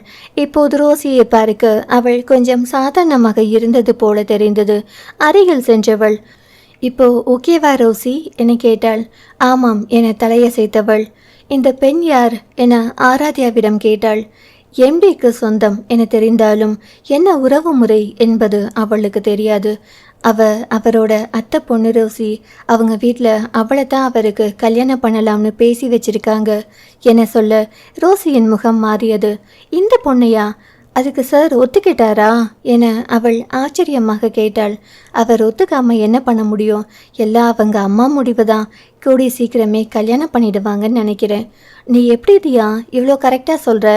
அவங்க எங்களுக்கு ஃபேமிலி ஃப்ரெண்டு தான். அதோட போன தடவை போகும்போது அவங்க அம்மாவே சொன்னாங்க, என சொல்ல ரோசியின் முகம் கோபத்தில் சிவந்து போயிருந்தது. என்ன ஆனாலும் அவள் நித்யனை விட்டு தருவதாக இல்லை. தாரனிடம் பேசி ஜெயிக்க முடியாது, இதற்கு வேறு வழி தான் யோசிக்க வேண்டும் என நினைத்து கொண்டாள். ரோசியின் மண்டையில் என்னவோ ஓடிக்கொண்டிருக்கிறது என ஆராத்யாவும் அறிந்ததுதான். தன்னால் முடிந்தவரை அவளிடம் ஏற்றிவிட்டாயிற்று. இனி என்ன செய்கிறாள் என பார்ப்போம் என நினைத்து கொண்டு அவளிடமிருந்து விடைபெற்று தன் இருப்பிடத்திற்கு வந்தாள். தீபிகாவுக்கு எல்லாம் தெரிந்தாலும் ஆராத்யா மனதில் என்ன இருக்கிறது என்பது மட்டும் அவளுக்கு தெரியவில்லை. அவள் ஏதோ மனதில் வைத்து கொண்டுதான் ரோசியிடம் சென்று பேசியிருக்கிறாள். இப்போது நான் சென்று கேட்டாலும் ஏதாவது சொல்லி மழுப்பி விடுவாள். என்ன நடக்கிறது என்று பொறுத்திருந்து பார்ப்போம், நமக்கும் சுவாரஸ்யமாக பொழுது போகிறது என புன்னகைத்து கொண்டாள். நித்யனுக்கும் தனக்கும் இடையில் தாரணி ரோசி எல்லாம் ஒரு தடையாக இருப்பார்கள் என ஆராத்யா எதிர்பார்த்ததுதான். ஆனால் பல்லவனை எல்லாம் அவள் கணக்கிலேயே எடுக்கவில்லை. ஏன் இந்த விஷயத்தில் அவன் ஞாபகம் கூட வந்ததில்லை. நித்யனிடம் நன்றாக பேச தொடங்கிய பிறகு தன்னிடம் சரியாக பேசுவதில்லை என பல்லவன் குறை கூறுவான். அவனை நண்பனாக பார்த்து விட்டதால் அன்போடு அப்படி தன்னிடம் கேட்பதாக நினைத்து கேன்டீனில் அமர்ந்திருக்கும் போது அவனாக வந்து பேசும்போது எப்போதும் போல இயல்பாக தான் பேசிக்கொண்டிருந்தாள். ஏதாவது சந்தேகங்கள் இருந்தால் அவனுக்கு அனுபவம் இருந்ததால் உடனே அவனிடம்தான் அதை நிவர்த்தி செய்து கொள்வாள். அந்த அளவிற்கு பேசிக்கொண்டுதான் இருந்தாள். நித்தினிடம் நன்றாக பேசியதால் எங்கே அவள் தன்னை ஒதுக்க நினைக்கிறாள் என பல்லவனுக்கு பயம். அதனால்தான் அவள் தன்னிடம் சரியாக பேசாததை போல அவனுக்கு தோன்ற ஆரம்பித்தது. கேன்டீனில் தனியாக அமர்ந்திருந்த ஆராத்யா எதிரில் பல்லவன் வந்து அமர்ந்தான். என்ன ஆரு, இப்போ எல்லாம் உன்னை பார்க்கவே முடியறதில்ல, ரொம்ப பிஸி ஆயிட்டியா என பல்லவன் ஆராத்யாவை ஊற்றி பார்த்தபடி கேட்டான். அவள் புன்னகையுடன் அப்படியெல்லாம் இல்லை பல்லவன், நான் ஃப்ரீயாக தான் இருக்கேன், ஆனால் உங்களை தான் பார்க்க முடியறதில்ல என சொன்னாள். சும்மா பொய் சொல்லாத ஆரு, நான் உனக்காக காத்திருந்தா வேலை இருக்குன்னு உடனே கிளம்பி போயிடுற, முன்ன மாதிரி இப்போ எல்லாம் என்கிட்ட பேசுகிறதே இல்லை என சொன்னான். என்ன பண்ணுறது பல்லவன், அப்போ எல்லாம் நம்ம எம்டி அவ்வளவா வேலை கொடுக்க மாட்டாரு, ஆனால் இப்போது 24 மணி நேரமும் என்னை வேலை வாங்கிட்டு இருக்காரு. வாங்குகிற சம்பளத்துக்கு நானும் வேலை செஞ்சு தானே ஆகணும், அதனால தான் என்ன சொன்னாள். உனக்கு என்ன தலையெழுத்தா ஆரு, அவ்வளோ பெரிய கம்பெனி முதலாளி இங்கே வந்து இவ்வளவு கஷ்டப்படணுமா என நைச்சியமாக கேட்டான். அவர் ஒன்று என்கிட்ட வந்து வேலை கொடுக்குறேன்னு சொல்லலையே பல்லவன், நான் தானே வேலை கேட்டு வந்தேன். அப்போது அதுக்கு உண்மையாக இருக்கணுமா இல்லையா என கேட்டாள். இருந்தாலும் அவர் ஒன்று வேணும்னே அதிக வேலை வாங்குற மாதிரி தெரியுது. இருக்கட்டும் பல்லவன், இதை விட அதிக வேலையெல்லாம் நான் பார்த்துருக்கேன், இதெல்லாம் எனக்கு ஒரு பெரிய விஷயமே இல்லை. நீ என்ன ஆரு, எப்போ பார்த்தாலும் அவருக்கு சப்போர்ட் பண்ணி பேசிக்கிட்டு இருக்க, உன் நல்லதுக்கு தானே நான் சொல்கிறேன். சப்போர்ட் எல்லாம் இல்லை பல்லவன், இருக்கிற நிதர்சனத்தை சொன்னேன். என்ன நிதர்சனம் ஆரு? நானும் பார்க்குறேன், எப்போ பார்த்தாலும் அவருக்கு சப்போர்ட் பண்ணுற, இல்லை அவர் பின்னாலேயே சுற்றுற. ஏன் உனக்கு அவர் மேலே ஏதாவது இன்ட்ரெஸ்ட் இருக்கா என கோபமாக கேட்டான். அவனை விசித்திரமாக பார்த்துவிட்டு, என்ன பல்லவன் இது, என்ன பேசுகிறீங்க நீங்கள் என கேட்டாள். அவளுக்கு சற்று கோபம் வந்திருந்தது. இவன் என்ன என் சொந்த விஷயத்தில் தலையிடுவது என்று. இல்லை, எனக்கு தெரிஞ்சாகணும், உண்மையை சொல்லு என கிட்டத்தட்ட கத்தினான் என்றுதான் சொல்ல வேண்டும். அவனது பேச்சில் முகம் சுளித்தவள், அதை பற்றி உங்களுக்கு என்ன பல்லவன், எனக்கு இன்ட்ரெஸ்ட் இருந்தாலும் இல்லைனாலும் அது என்னோட விருப்பம், அதை உங்ககிட்ட சொல்லணும்னு எந்த அவசியமும் இல்லை என சொன்னாள். எனக்கு அப்பவே தெரியும் நீ இப்படி தான் சொல்லுவன்னு, அவன் கூட பல்ல காட்டிக்கிட்டு சுத்தும் போதே இப்படி ஏதோ குண்டை தூக்கி போட போறேன்னு நினைச்சேன், அது சரியா தான் இருக்கு என அவளை முறைத்து பார்த்தான். போதும் பல்லவன், ஏதோ பழகுனதுக்காக நானும் பொறுமையா பேசிக்கிட்டு இருக்கேன், உங்க பேச்சு எல்லாம் மீறி போகுது, இதே மாதிரி பேசிக்கிட்டு இருந்தீங்கன்னா சரியா வராது என எழுந்தவளை பதட்டத்துடன் பார்த்தவன் சட்டென்று அவள் கையை பிடித்து விட்டான். என்ன பல்லவன் இது, கையை விடுங்க என ஆராத்யா கோபத்துடன் கடுகடுத்தாள். ப்ளீஸ் ஆரு, நான் சொல்றதை கேளு, போகாத ப்ளீஸ், நான் உன்கிட்ட கொஞ்சம் பேசணும் என சொல்ல சுற்றிலும் இருந்தவர்கள் பார்வை தங்கள் மேல் விழுவது போல தெரியவும் ஆராத்யா ஒன்றும் பேசாமல் அமர்ந்து விட்டாள். முதல்ல கையை விடுங்க பல்லவன், அதுக்கப்புறம் எதுவாக இருந்தாலும் பேசுங்க என ஆராத்யா எரிச்சலுடன் சொல்லிவிட்டு முகம் திருப்பி கொண்டாள். ஏதோ கோபத்தில் அப்படி பேசிட்டேன், மன்னிச்சுக்காரு, உன் மேலே நான் உயிரையே வச்சிருக்கேன், நீ வேற யார் கூடவும் பேசுறது என்னால் பொறுத்துக்க முடியலை, அதனால தான் அப்படி சொன்னேன் என சொன்னவனை ஆராத்யா அதிர்ச்சியாக பார்த்தாள். என்ன பல்லவன், என்ன சொல்றீங்க நீங்க என கோபத்துடன் கேட்டாள். ஆமா ஆரு, உன்னை பார்த்ததுல இருந்து உன்னை நான் விரும்ப ஆரம்பிச்சிட்டேன். அப்போல இருந்தே உன்னை நான் நேசிக்கிறேன். 3 வருஷம் நீ என்னை விட்டு போன பிறகும் நான் உன்னை மறக்கவே இல்லை. இப்போ நீ இல்லைனா எனக்கு வாழ்க்கையே இல்லை. நீ மட்டும் என்னை வேண்டாம்னு சொல்லிட்டா நான் உயிரோடவே இருக்க மாட்டேன் என அழுது கொண்டே சொன்னான். முதல்ல அழறதை நிறுத்துங்க பல்லவன், ரொம்ப இரிட்டேட் ஆகுது என அதட்டலாக சொன்ன ஆராத்யா தலையை பிடித்து கொண்டு அமர்ந்து விட்டாள். இப்படி ஒரு எண்ணத்தில் தான் இத்தனை வருடம் இவன் பழகி இருக்கிறானா? ஆரம்பத்திலேயே அண்ணன் படித்து சொன்னான். நான் தான் கேட்கவில்லை. இப்போது இந்த நிலையில் கொண்டு வந்து வைத்திருக்கிறேன். இதெல்லாம் என் தவறுதான். இன்னும் இவன் என்னென்ன செய்ய போகிறானோ என நொந்து கொண்டாள். அண்ணனிடம் சொல்லி 2 தட்டு தட்டினால் இவன் வழிக்கு வந்து விடுவான். இருக்கிற பிரச்சனையில் இவன் வேறு தொல்லை செய்கிறானே என மனதுக்குள் பொறுமை கொண்டாள். ஆனால் அவள் மனதை படித்தவன் போல அதற்கும் பல்லவன் ஒரு தடை போட்டான். உன் மேலே எனக்கு நம்பிக்கை இருக்காரு. என்ன உனக்கு ரொம்ப பிடிக்கும். ஆனால் இடையில அந்த நித்யந்தான் அவன் அழகையும் பணத்தையும் காட்டி உன்னை மயக்க பார்க்குறான். நீ மட்டும் என்னை கல்யாணம் பண்ணிக்க மாட்டேன்னு சொன்னான். அதில் உன் தப்பு எதுவுமே கிடையாது. அதனால் நான் உன்னை ஒன்றும் சொல்ல மாட்டேன். ஆனால் அந்த நித்யன் பையன் தான் என் சாவுக்கு காரணம்னு எழுதி வச்சுட்டு செத்து போயிடுவேன் என சொன்னான். ஆராத்யா பற்றி பல்லவனுக்கு தெரியும். அதனால் எங்கே அடித்தால் எங்கே வலிக்கும் என சரியாக அவளது மனதை படித்து அங்கேயே அடித்தான். நினைத்த மாதிரியே அவள் முகம் வெளுத்து போனது. பயத்துடன் அவனை பார்த்தாள். சாதாரணமாக மயிலே மயிலே என்றாள். இறகு போட்டிருக்குமா? இப்போது தானாகவே என்னிடம் வந்து இறகை போட்டுவிட்டு செல்லும் என பல்லவன் உள்ளுக்குள் எக்காலமாக சிரித்து கொண்டான். ஆராத்யாவுக்கும் உள்ளுக்குள் ஆடித்தான் போனது. தன்னை ஏதாவது செய்வான் என சொன்னாலும் சமாளித்துக் கொள்ளலாம். ஆனால் தன் உயிரான நித்யனை அல்லவா பழி சொல்ல பார்க்கிறான்.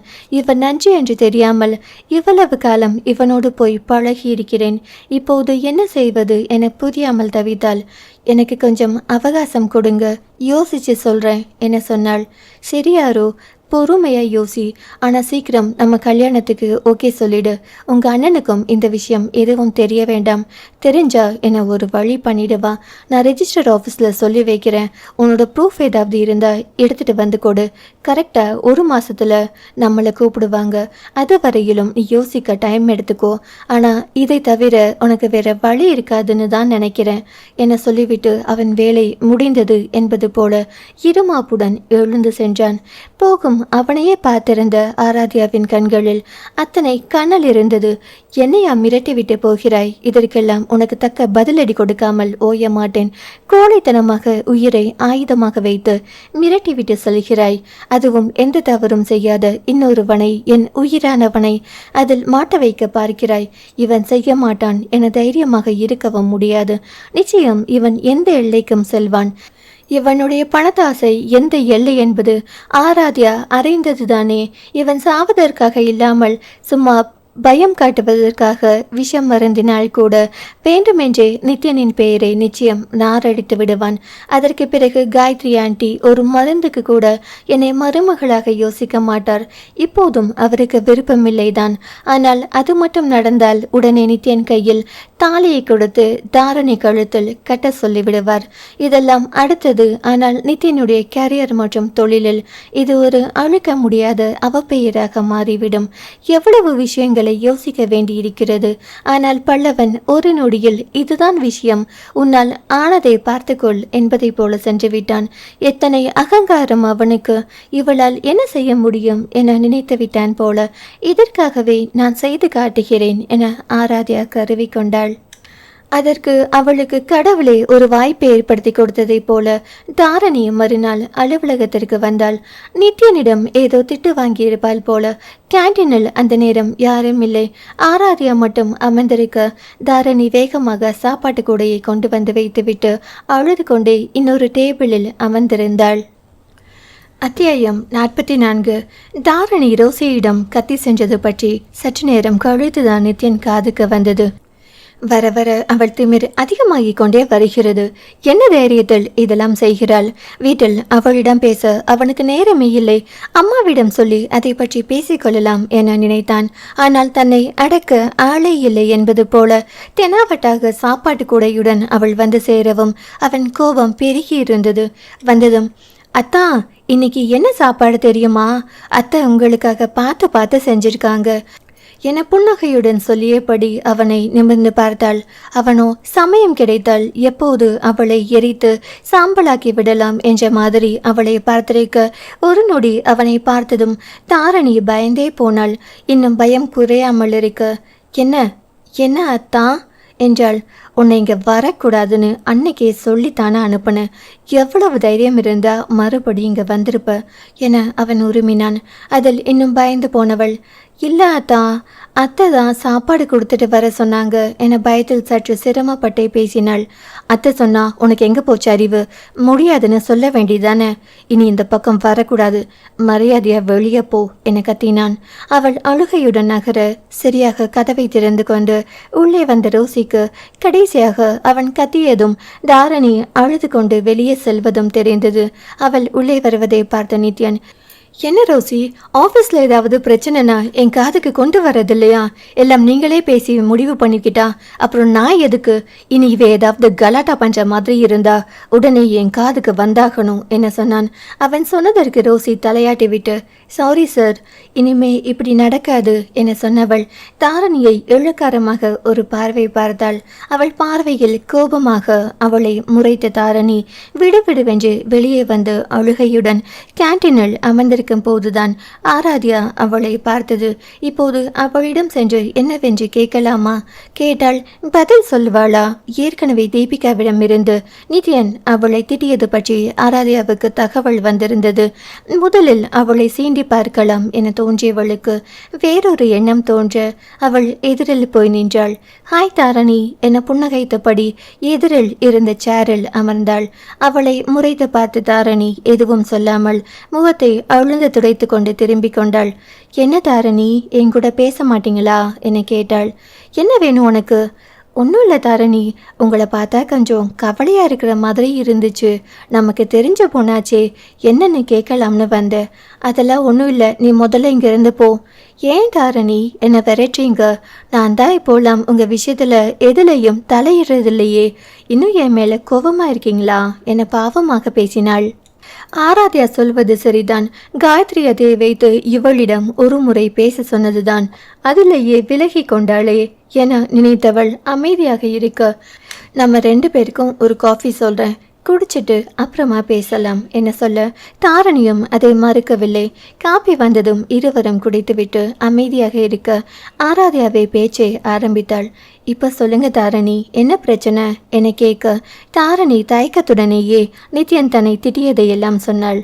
அப்படி போடு, மேடம்க்கு நல்லா வேணும், ஏதோ கம்பெனிக்கு நான் தான் ஓனருங்கிற மாதிரி நடந்துக்கிட்டா அப்புறம் அப்படி தான் பேசுவான் என நினைத்தவள் வெளியில் சொல்லவில்லை. என்ன சாரா இப்படி பேசினார்? ஏன் அவர் இப்படியெல்லாம் பேசுகிறார்? உங்களை கல்யாணம் பண்ணிக்க போகிறவர் அந்த அக்கறை கொஞ்சமாவது இருக்க வேண்டாம்? அதுவும் அந்த ரோசி முன்னாடியா இப்படியெல்லாம் பேசுவார்? சும்மாவே அவள் ஆடுவா, இப்போ சொல்லவே வேண்டாம் என தன்னால் முடிந்த மட்டும் ஆராத்யாவும் எடுத்து கொடுத்தாள். அதுதான் தியா எனக்கும் கோபம். அத்தான் திட்டினது எனக்கு வருத்தம் தான், அதுலேயே எனக்கு அழுக வந்துடுச்சு. அதுவும் அவ முன்னாடி திட்டினப்பதான் ரொம்ப என்னால் அழுகைய அடக்கவே முடியலை. நான் வெளியில் வரும்போது அந்த ரோசி என்னை கேவலமாக ஒரு பார்வை பார்த்தா பாரு, என்னால் சுத்தமாக அதை தாங்கிக்கவே முடியலை. ஒரே பொண்ணாக இருந்ததால் ரொம்ப செல்லமாக வளர்ந்த பொண்ணுனா என்னை அப்படி யாருமே பேசினதில்லை. முதல் முறையாக அத்தா தான் என்னை இப்படி பேசியிருக்காரு என அழுகையுடன் சொல்லி முடித்தாள். ரோசி செய்யக்கூடியவள் தான், அவளும் சாமானியப்பட்டவள் இல்லையே. அவள் கொஞ்சம் அழகாக இருக்கா இல்லையா தாரணி, அதனால தான் இப்படியெல்லாம் பண்ணுறா என ஆராத்யா அவளை சமாதானப்படுத்தினாள். முகம் சுருக்கியபடி, அதை விட நீ இன்னும் 10 மடங்கு அழகுதியா, நீ என்ன அவளை மாதிரி திமிர் பிடிச்சா தெரியுற. நாங்கள் சொன்ன உடனே நீ ஒதுங்கிக்கலையா என தாரணி கேட்டாள். இதெல்லாம் உங்க வேலைதானா? நான் அப்பவே நினைத்தேன். காயத்ரி ஆண்டியை தூண்டிவிட்டு வர வைத்திருக்கிறார்கள். நானும் இவள் அழுததை பார்த்து தான் அவராகவே வந்திருக்கிறார் என தவறாக நினைத்து விட்டேன். நீ எனக்கு தெரிஞ்ச பொண்ணு தாரணி, அதனால நமக்குள்ள பிரச்சனை வேண்டாம்னு நான் ஒதுங்கிட்டேன். ஆனா அவ அப்படி இல்லையே. எனக்கு என்னவோ அவ பணத்துக்காக தான் சார் பின்னாடி அலைகிறாளோன்னு தோணுது. இதை நானா இருந்தா எனக்கு அந்த அவசியம் இல்லை. எங்க அப்பா கிட்டேயே ஏகப்பட்ட பணம் இருக்கு. அப்புறம் அவ அழகா வேற இருக்கா. அதனால சேர மடக்க சுலபமா இருக்கும்னு நினைச்சிருக்கலாம். அவ ஆசைப்பட்டா மட்டும் போதுமா? அத்தான் அப்படியெல்லாம் போகிறவர் இல்லை. அப்படி உறுதியா உன்னால சொல்ல முடியுமா தாரணி? இதை உன் அத்தான் என்னை கல்யாணம் பண்ணிக்க தானே ஆசைப்பட்டாரு. நான் வேண்டாம்னு சொன்ன உடனே இடிஞ்சு போய் அப்படியே உட்காந்துட்டாரா? இல்லையே. பொதுவாகவே இந்த ஆம்பளைங்க இப்படி தான். ஒரு பொண்ணு இல்லைன்னா இன்னொருத்தருன்னு போயிட்டே இருப்பாங்க. பத்தாததுக்கு அந்த ரோசி அழகா வேற இருக்கா. இதெல்லாம் நான் உனக்கு சொல்ல வேண்டியதில்லை. ஏற்கனவே உங்கள் அப்பா விஷயத்தில் இதெல்லாம் நீ அனுபவப்பட்டிருப்ப. என்னை மெதுவாக ஊசியில் மருந்து ஏற்றி கொண்டிருந்தாள். சமயம் பார்த்து அந்த ஊசியை அவள் மேல் குத்த வேண்டும். அப்போதுதான் மருந்து சரியாக உள்ளே இறங்கும். அவள் சொன்ன விதத்தில் ஆராத்யா எதிர்பார்த்தது மாதிரியே தாரணியின் முகம் வெளிரி போனது. ஒருவேளை இவள் சொல்கிற மாதிரி நடந்தால் என்ன செய்வது? ஏற்கனவே அப்பாவால் நாங்கள் பட்டப்பாடு கொஞ்சம் நஞ்சம் இல்லையே. ஏதோ ஊர்ல கொஞ்சம் நிலம் வச்சிருந்த உங்க அப்பாவே அந்த மாதிரி உங்க அம்மா இருக்கும்போதே இன்னொரு பொண்ணை தேடிக்கிட்ட போது நித்யனுக்கு அல்ல குறையாத பணம் இருக்கு. வெளிநாடுகளுக்கு வேற அடிக்கடி போயிட்டு வரார். அங்கெல்லாம் அவருக்கு எதுவும் தொடர்பு இருக்காதுன்னு என்ன நிச்சயம்? இதையெல்லாம் யோசிச்சுதான் முதல்ல நான் இந்த கல்யாணம் வேண்டாம்னு சொன்னேன். அதுக்கப்புறம் அவர் அழகையும் பணத்தையும் பார்த்து உன்ன மாதிரியே நானும் வாங்கிட்டேன். நல்ல வேளை காயத்ரி ஆண்டி வந்து சரியான நேரத்தில் என்ன இதிலிருந்து விலகி இருக்க சொல்லலைனா எனக்கு பெரிய பிரச்சனையாகி இருக்கும். அப்படியே ஒரு வேளை மறுக்க முடியாமல் அவரை கல்யாணம் பண்ணிக்கிற மாதிரி வந்தா எனக்கு எங்கள் அண்ணன் இருக்கான், அப்பா இருக்காங்க. நித்யன் தப்பு செஞ்சாலும் சும்மா விட மாட்டாங்க. அதுக்கு பயந்துக்கிட்டே அவர் அடங்கி இருப்பார். ஆனால் உனக்கு அப்படி இல்லையே. ஒரு வேளை அதனால தான் ஆண்டி உன்ன மாதிரி ஒரு பொண்ணை செலக்ட் பண்ணி இருப்பாங்களோ, உன்னையே கல்யாணம் பண்ணி வைக்கணும்னு பிடிவாதமாக இருக்காங்களோ, யாருக்கு தெரியும்? தாரணி குழப்பமாய் ஆராத்யாவை பார்க்கவும், என்ன பார்க்குற தாரணி? நான் சொல்கிறேன்னு தப்பாக நினைக்காத. ப்ராக்டிக்கலாக யோசிச்சு பாரு. அவங்க மகனுக்கு கொஞ்சமும் பொருத்தம் இல்லாத, அவங்க அளவுக்கு செம்ம அந்தஸ்து இல்லாத உன்னை எதுக்காக அவங்க பையனுக்கு கல்யாணம் பண்ணி வைக்கணும்? உன்னை தான் கல்யாணம் பண்ணணும்னு இவ்வளவு பிடிவாதமா எதுக்காக நிற்கணும்? அப்போது ஏதோ பிரச்சனை இருக்குன்னு தானே அர்த்தம் என தன்னால் முடிந்தவரை நன்றாக குழப்பிவிட்டாள். இதற்கு மேல் பேசினால் தன்னை கண்டுகொள்வாள் என யூகித்த ஆராத்யா அமைதியாக இருந்து விட்டாள். சற்று நேரம் தாரணியும் யோசிக்கட்டும். அந்த நேரம் பல்லவன் சரியாக அங்கு வந்து சேர்ந்தான். ஏற்கனவே ஆராத்யா அவனை எதிர்பார்த்துதான் இருந்தாள். இப்போதெல்லாம் ஆராத்யாவை அவன் தனியே எங்கேயும் விடுவதில்லை. மற்றவர்கள் பார்வையில் படுமாறு வேண்டுமென்றே அவளை நெருங்கி நின்று பேசுகிறான். அவளுடைய ப்ரூஃபை எடுத்து வருமாறு கட்டாயப்படுத்தி கொண்டிருக்கிறான். எரிச்சலாக பார்த்தவள், வாடா வா, உன்னதான் எதிர்பார்த்து காத்து கொண்டிருக்கிறேன் என மனதுக்குள் நினைத்து கொண்டாள். வாங்க பல்லவன், உட்காருங்க என அருகில் இருந்த சேரை காட்டியதும் பல்லவன் அவளை ஆச்சரியமாக பார்த்தான். இப்போதெல்லாம் ஆராத்யா அவனை கண்டாலே எரிந்து விழுந்து கொண்டிருக்கிறாள். திடீரென அவள் நன்றாக பேசியதும் அவன் முகம் பிரகாசமாக உடனே வந்து அமர்ந்து கொண்டான். தாரணி, இவர் பல்லவன். இவர் அப்பா பல்லவன் இண்டஸ்ட்ரீஸ் பிரைவேட் ஏஜென்சிஸ் எக்ஸ்போர்ட்னு நிறைய கம்பெனி வச்சுருந்தாங்க. அவரோட ஃப்ரெண்ட்ஸை நம்பி அவர் ஏமாந்து போயிட்டாரு. அவங்க எல்லாத்தையும் பிடுங்கிட்டாங்க. பாவம், அதில் மனசு கஷ்டம் தாங்க முடியாமல் இவர் அப்பாவும் இறந்து போயிட்டாரு. அதுக்கப்புறம் இவங்க ஏழ்மை நிலைக்கு வந்துட்டாங்க. காலேஜ் வரையிலும் நல்ல நிலைமையில் இருந்தவர் தான். திடீர்னு இப்படி ஆனதும் இவரும் உடஞ்சி போயிட்டார். ஆனால் அதுக்காக நான் பெரிய ஆளாக இருந்தேன். அதனால் யார்கிட்டையும் கை கட்டி வேலை பார்க்க மாட்டேன்னு வீட்லேயே இருந்துடல. அதே மாதிரி சொந்த பிஸ்னஸ் தான் செய்வேன், வேறு எதுவும் பண்ண மாட்டேன்னு இல்லாமல் கொஞ்ச நாள் முயற்சி பண்ணி பார்த்துட்டு எதுவும் கிடைக்கலன்னதும் உங்கள் மாமா கிட்டேயே வேலைக்கு சேர்ந்துட்டார். இந்த 2 வருஷத்தில் இந்த கம்பெனியில் ஒரு முக்கியமான பொறுப்பில் இருக்கார். தேவேந்திரன் அங்கிள் கூட இவரை பற்றி நல்ல விதமாக தான் சொன்னார் என அவனை பற்றி பெருமையாக சொல்லி தாரணிக்கு அறிமுகப்படுத்தினாள். ஆராத்யா தன்னை பற்றி பெருமையாக சொல்ல சொல்ல பல்லவனுக்கு பெருமை பிடிபடவில்லை. அவள் சொல்வது மட்டுமல்ல, தன்னால் முடிந்த வரையில் தான் எப்படியெல்லாம் கஷ்டப்பட்டு பிறகு எப்படி முன்னுக்கு வந்தேன் என அவனும் சொல்லத் தொடங்கினான். இப்போ இவர் பிசினஸ் பண்ற அளவுக்கு வளர்ந்துட்டார் தாரணி. இன்னும் கொஞ்ச நாள்ல தேவேந்திரன் அங்கிளை இவருக்கு ஏதாவது தொழில் ஏற்பாடு பண்ணி தரலாம்னு இருக்கார். தாரணிக்கு ஆச்சரியம்தான். அம்மா போல எவ்வளவு பணம் இருந்தது, இப்படி போய்விட்டதே என்று புலம்பாமல் தன்னாலான மட்டும் அதிலிருந்து வெளிவந்து அடுத்து என்ன என்று முயற்சி செய்கிறானே. அவன் விடாமுயற்சியின் பலனாகத்தான் அடுத்து தொழில் தொடங்க கூட மாமா ஏற்பாடு செய்திருப்பார். பல்லவன் இவங்க யாருன்னு தெரியுமா? நம்ம நித்யன் சாரோட அத்தை பொண்ணு. ஊரில் நிறைய நிலம் இருக்கு, ஒரே பொண்ணு தான். இவங்க பேர் தாரணி, ரொம்ப நல்ல பொண்ணு. பிஎஸ்சி வரையிலும் படிச்சிருக்காங்க. இப்போ ஊரில் இவங்க நினச்சா சொந்தமாக தொழில் தொடங்கலாம், அந்தளவுக்கு செல்வாக்கு இருக்குது. உங்களை மாதிரி தான் இவங்களுக்கும் அப்பா விஷயத்தில் நடந்திருக்கு. உங்கள் அப்பா இறந்து போயிட்டார், இவங்களுக்கு அப்பா சரியில்லை, அவ்வளவுதான் வித்தியாசம். ஆனால் அதுக்காக இவங்க அப்படியே ஒடுங்கி போயிடாமல் நல்லா படித்து இப்போ நல்ல நிலைமையில இருக்காங்க என தாரணியை பற்றி பல்லவனிடம் அறிமுகப்படுத்தி வைத்தாள். அப்புறம் இன்னொரு முக்கியமான விஷயம் பல்லவன், இவங்க தான் நம்ம நித்யன் சாருக்கு கல்யாணத்துக்கு பேசி வச்சிருக்கிற பொண்ணு என சொல்ல தாரணியின் முகம் மாறிவிட்டது. எனவே பல்லவனுக்கு முன்னால் அப்படி அறிமுகப்படுத்தப்பட அவள் விரும்பவில்லை. அதனால் அவளை முந்திக்கொண்டு, அப்படி சொல்ல முடியாது சார், எனக்கு கல்யாணத்தில் அவ்வளவு விருப்பம் இல்லை, வீட்டில் கட்டாயப்படுத்துகிறாங்க, அதான் ஒத்துக்கிட்டேன் என சொன்னாள். என்னவோ தாரணிக்கு பல்லவனின் தோற்றம், அவனின் பேச்சு எல்லாம் பிடித்திருந்தது. முதல் முறையாக கல்யாண மண்டபத்தில் அவனை பார்த்ததிலிருந்து அவ்வப்போது அவன் நினைவு வந்து போய்கொண்டுதான் இருந்தது. பார்க்கவும் பெண்களிடம் மரியாதையாக பழகுபவன் போல தெரிந்தான். உண்மையில் பல்லவன் பெண்களிடம் மரியாதையாகத்தான் நடந்து கொள்வான். ஆராத்யாவை கூட கல்யாணம் செய்து கொள்ளவில்லை என்றால் கொஞ்சம் விடுவேன் என்று மிரட்டாமல் தற்கொலை செய்து கொள்வேன் என்று தானே சொன்னான். தைரியம் இல்லாதது ஒரு புறம் இருந்தாலும் பெண்களிடம் தைரியத்தை காட்டும் எத்தனையோ கோழைகள் இருக்கிறார்களே, அதுபோல இல்லாமல் இருப்பதே பெரிய விஷயம்தான். பல்லவனும் தாரணியை தான் அழந்து கொண்டிருந்தான். நித்யன் திருமணம் செய்து கொள்கிற பெண் என்றால் நிச்சயம் இவளிடம் பணம் இருக்கும் என கணக்கு பண்ணினான். அதனால் அவளுடன் அவனுக்கு இயல்பாகவே பேச்சு வந்தது. ஏன் மேடம், என்ன ஆச்சு, எதனால கல்யாணம் வேண்டாம்னு சொல்றீங்க? தான் வைத்த குறி தப்பாமல் அதன் இலக்கை சென்று அடைந்திருக்கிறது என புரிந்து கொண்ட ஆராத்யா புன்னகையுடன், அது பல்லவன், இவங்களால தப்ப பொறுத்துக்க முடியாது. ஒரு பொண்ணை கல்யாணம் பண்ணிக்க போறவர் அந்த பொண்ணுக்கு உரிய மரியாதையை தரணும். இன்னொரு பொண்ணை ஏறெடுத்தும் பார்க்கக்கூடாது. நித்யன் விஷயத்துல அதெல்லாம் சரியா இல்லைன்னு இவங்களுக்கு தோணுது. அதனால தான் கல்யாணம் பண்ணலாமா வேண்டாமான்னு யோசிக்கிறாங்க என சொன்னவள் அவளே தொடர்ந்து, இதே உங்களை மாதிரி ஒருத்தராக இருந்தா யோசிக்காம கல்யாணத்துக்கு ஓகே சொல்லியிருப்பாங்க பல்லவன்.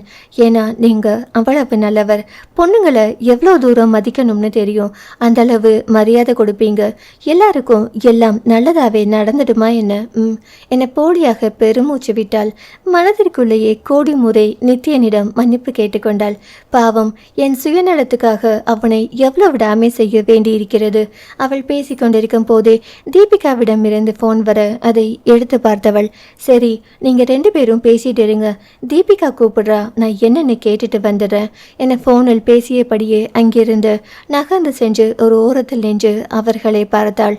பல்லவன் தாரணியிடம் எதுவோ சொல்ல அவள் தலையை ஆட்டிக்கொண்டிருந்தாள்.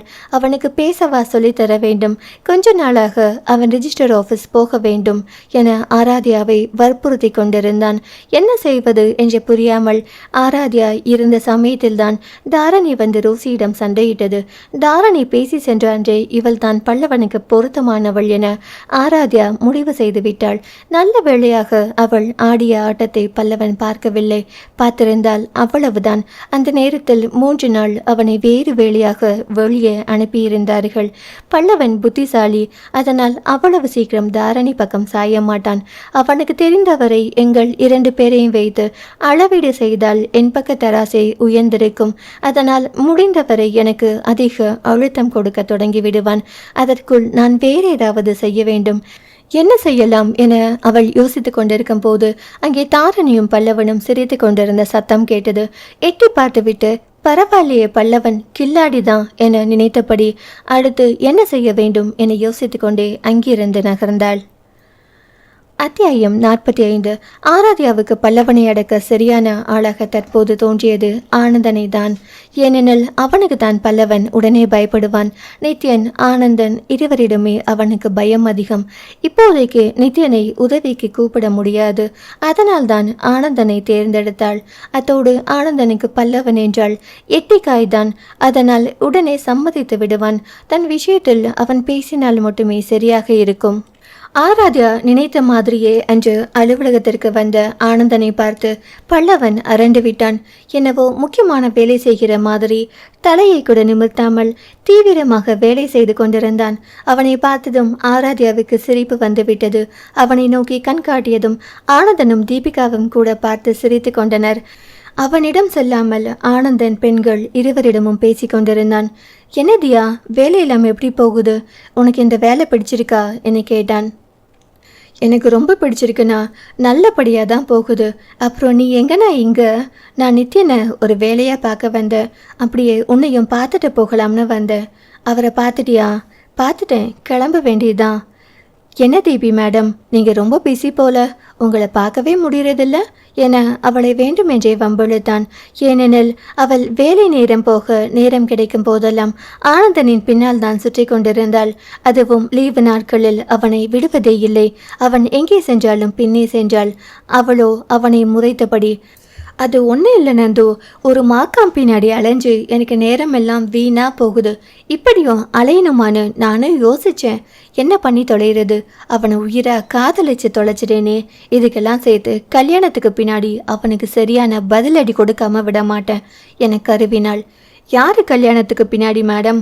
உங்கள் கல்யாணத்துக்கு பின்னாடியா இல்லை அந்த மாக்கான் கல்யாணத்துக்கு பின்னாடியா என ஆனந்தன் இதழில் அடக்கிய புன்னகையோடு கேட்டான். அவனை முறைத்து பார்த்தவள், அவன் என்னை தவிர வேற யாரையும் கல்யாணம் பண்ணிக்க மாட்டான். அப்படி ஒரு வேலை பண்ணிக்கிட்டா அவன் உயிரோடு இருக்க மாட்டான் என்றாள். ஐயோ, ஏன் மேடம், சாருக்கு உங்கள் மேலே பயங்கர லவ்வா? அப்படியெல்லாம் இல்லை, எனக்கு தான் அவன் மேலே பயங்கர லவ். என்னை கல்யாணம் பண்ணிக்காம வேற யாரையாவது கல்யாணம் பண்ணிக்கிட்டா அவனை உயிரோட விட மாட்டேன். இதுதான் நீங்கள் உயிரா காதலிக்கிறதா மேடம்? அப்போ புரியல, இப்போ புரியுது என ஆனந்தன் சொல்ல ஆராத்யா சட்டென்று சிரித்து விட்டாள். முதலில் முறைத்தாலும் அவர்களுடன் கூட தீபிகாவும் சேர்ந்து சிரித்தாள். அவர்கள் பேசுவதை காதை தீட்டிக்கொண்டு கேட்டுக்கொண்டிருந்த பல்லவனுக்கு எதுவும் புரியவில்லை என்றாலும் தன்னை பற்றி இல்லை என நிம்மதியாக இருந்தது. ஆனந்தன் பெண்களிடம் விடைபெற்று அங்கிருந்து நகர்ந்த போது பல்லவனை பார்த்து, ஹாய் பல்லவன், நீங்கள் இங்கே தான் இருக்கீங்களா?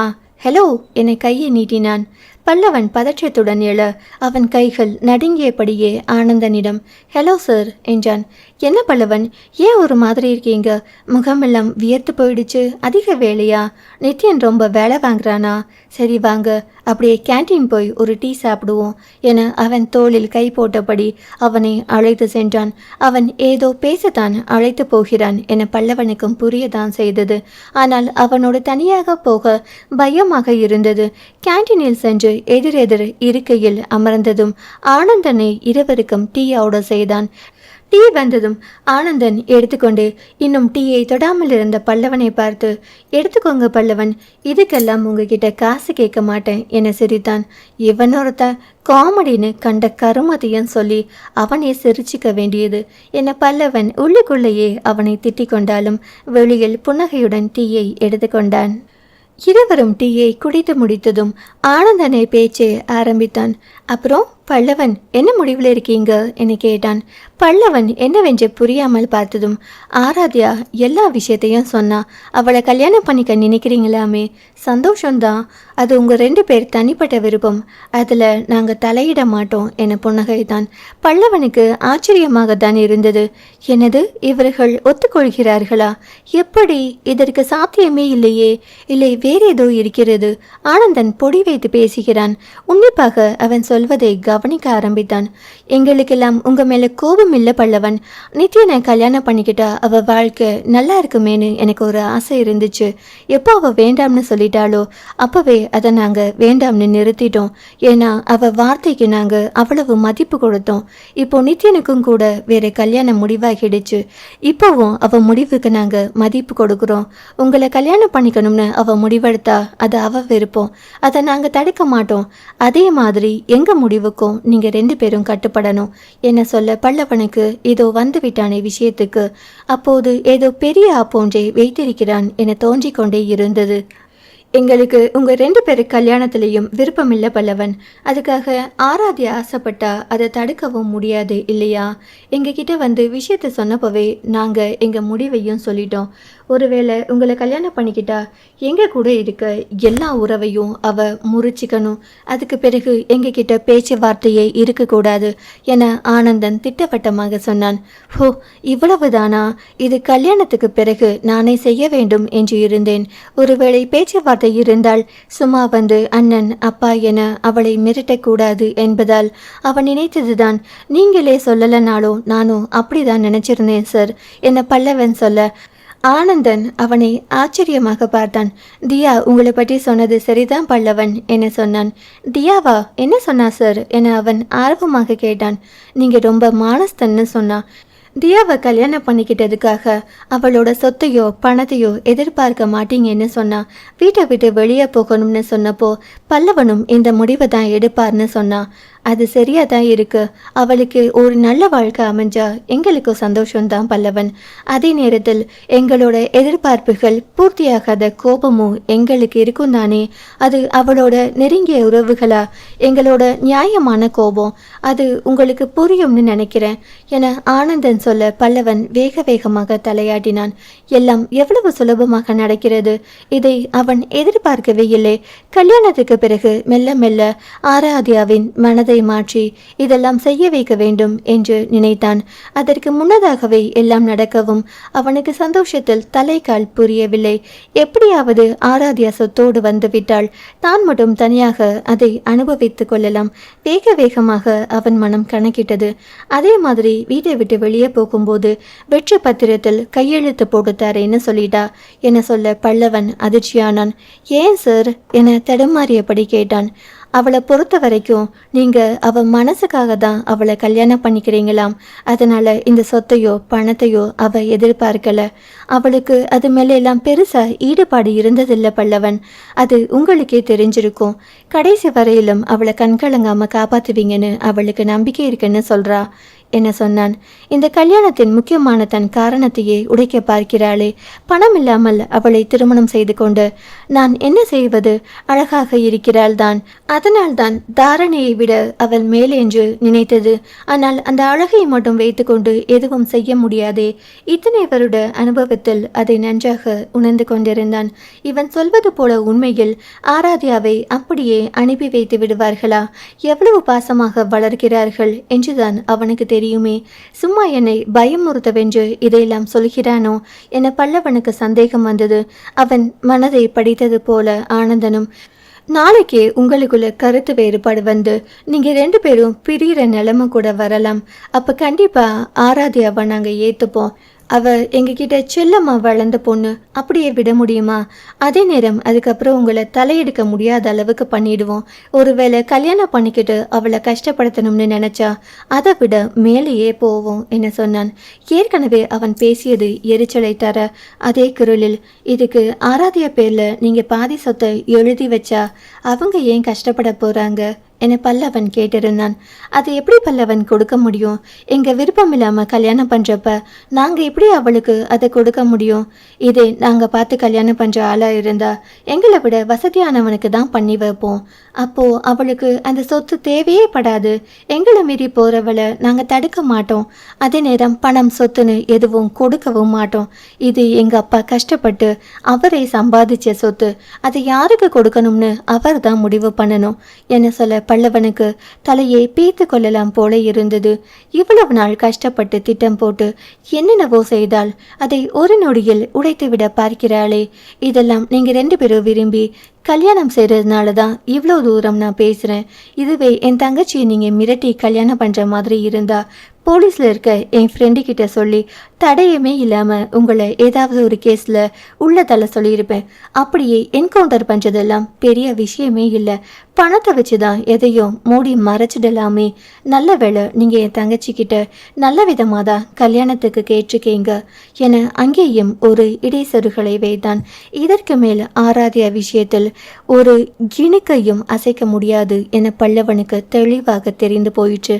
இத்தனைக்கு மேல் அவளை கல்யாணம் செய்தாலும் அவள் சரியான கிராதகி. கண்டிப்பாக தான் மிரட்டி திருமணம் செய்ததற்காக தன்னை தண்டிக்காமல் விடமாட்டாள். இவ்வளவுக்கு மேல் இப்படி ஒரு கல்யாணம் தேவையா என பல்லவனுக்கு தோன்ற தொடங்கியது. ஆராத்யாவை தன்னை உண்டு இல்லை என ஆக்கிவிடுவாள். இதில் அவள் அண்ணன் அப்பா என குடும்பமே சேர்ந்தாள். தன்னை ஒரு வழியாக்கி விடுவார்கள்.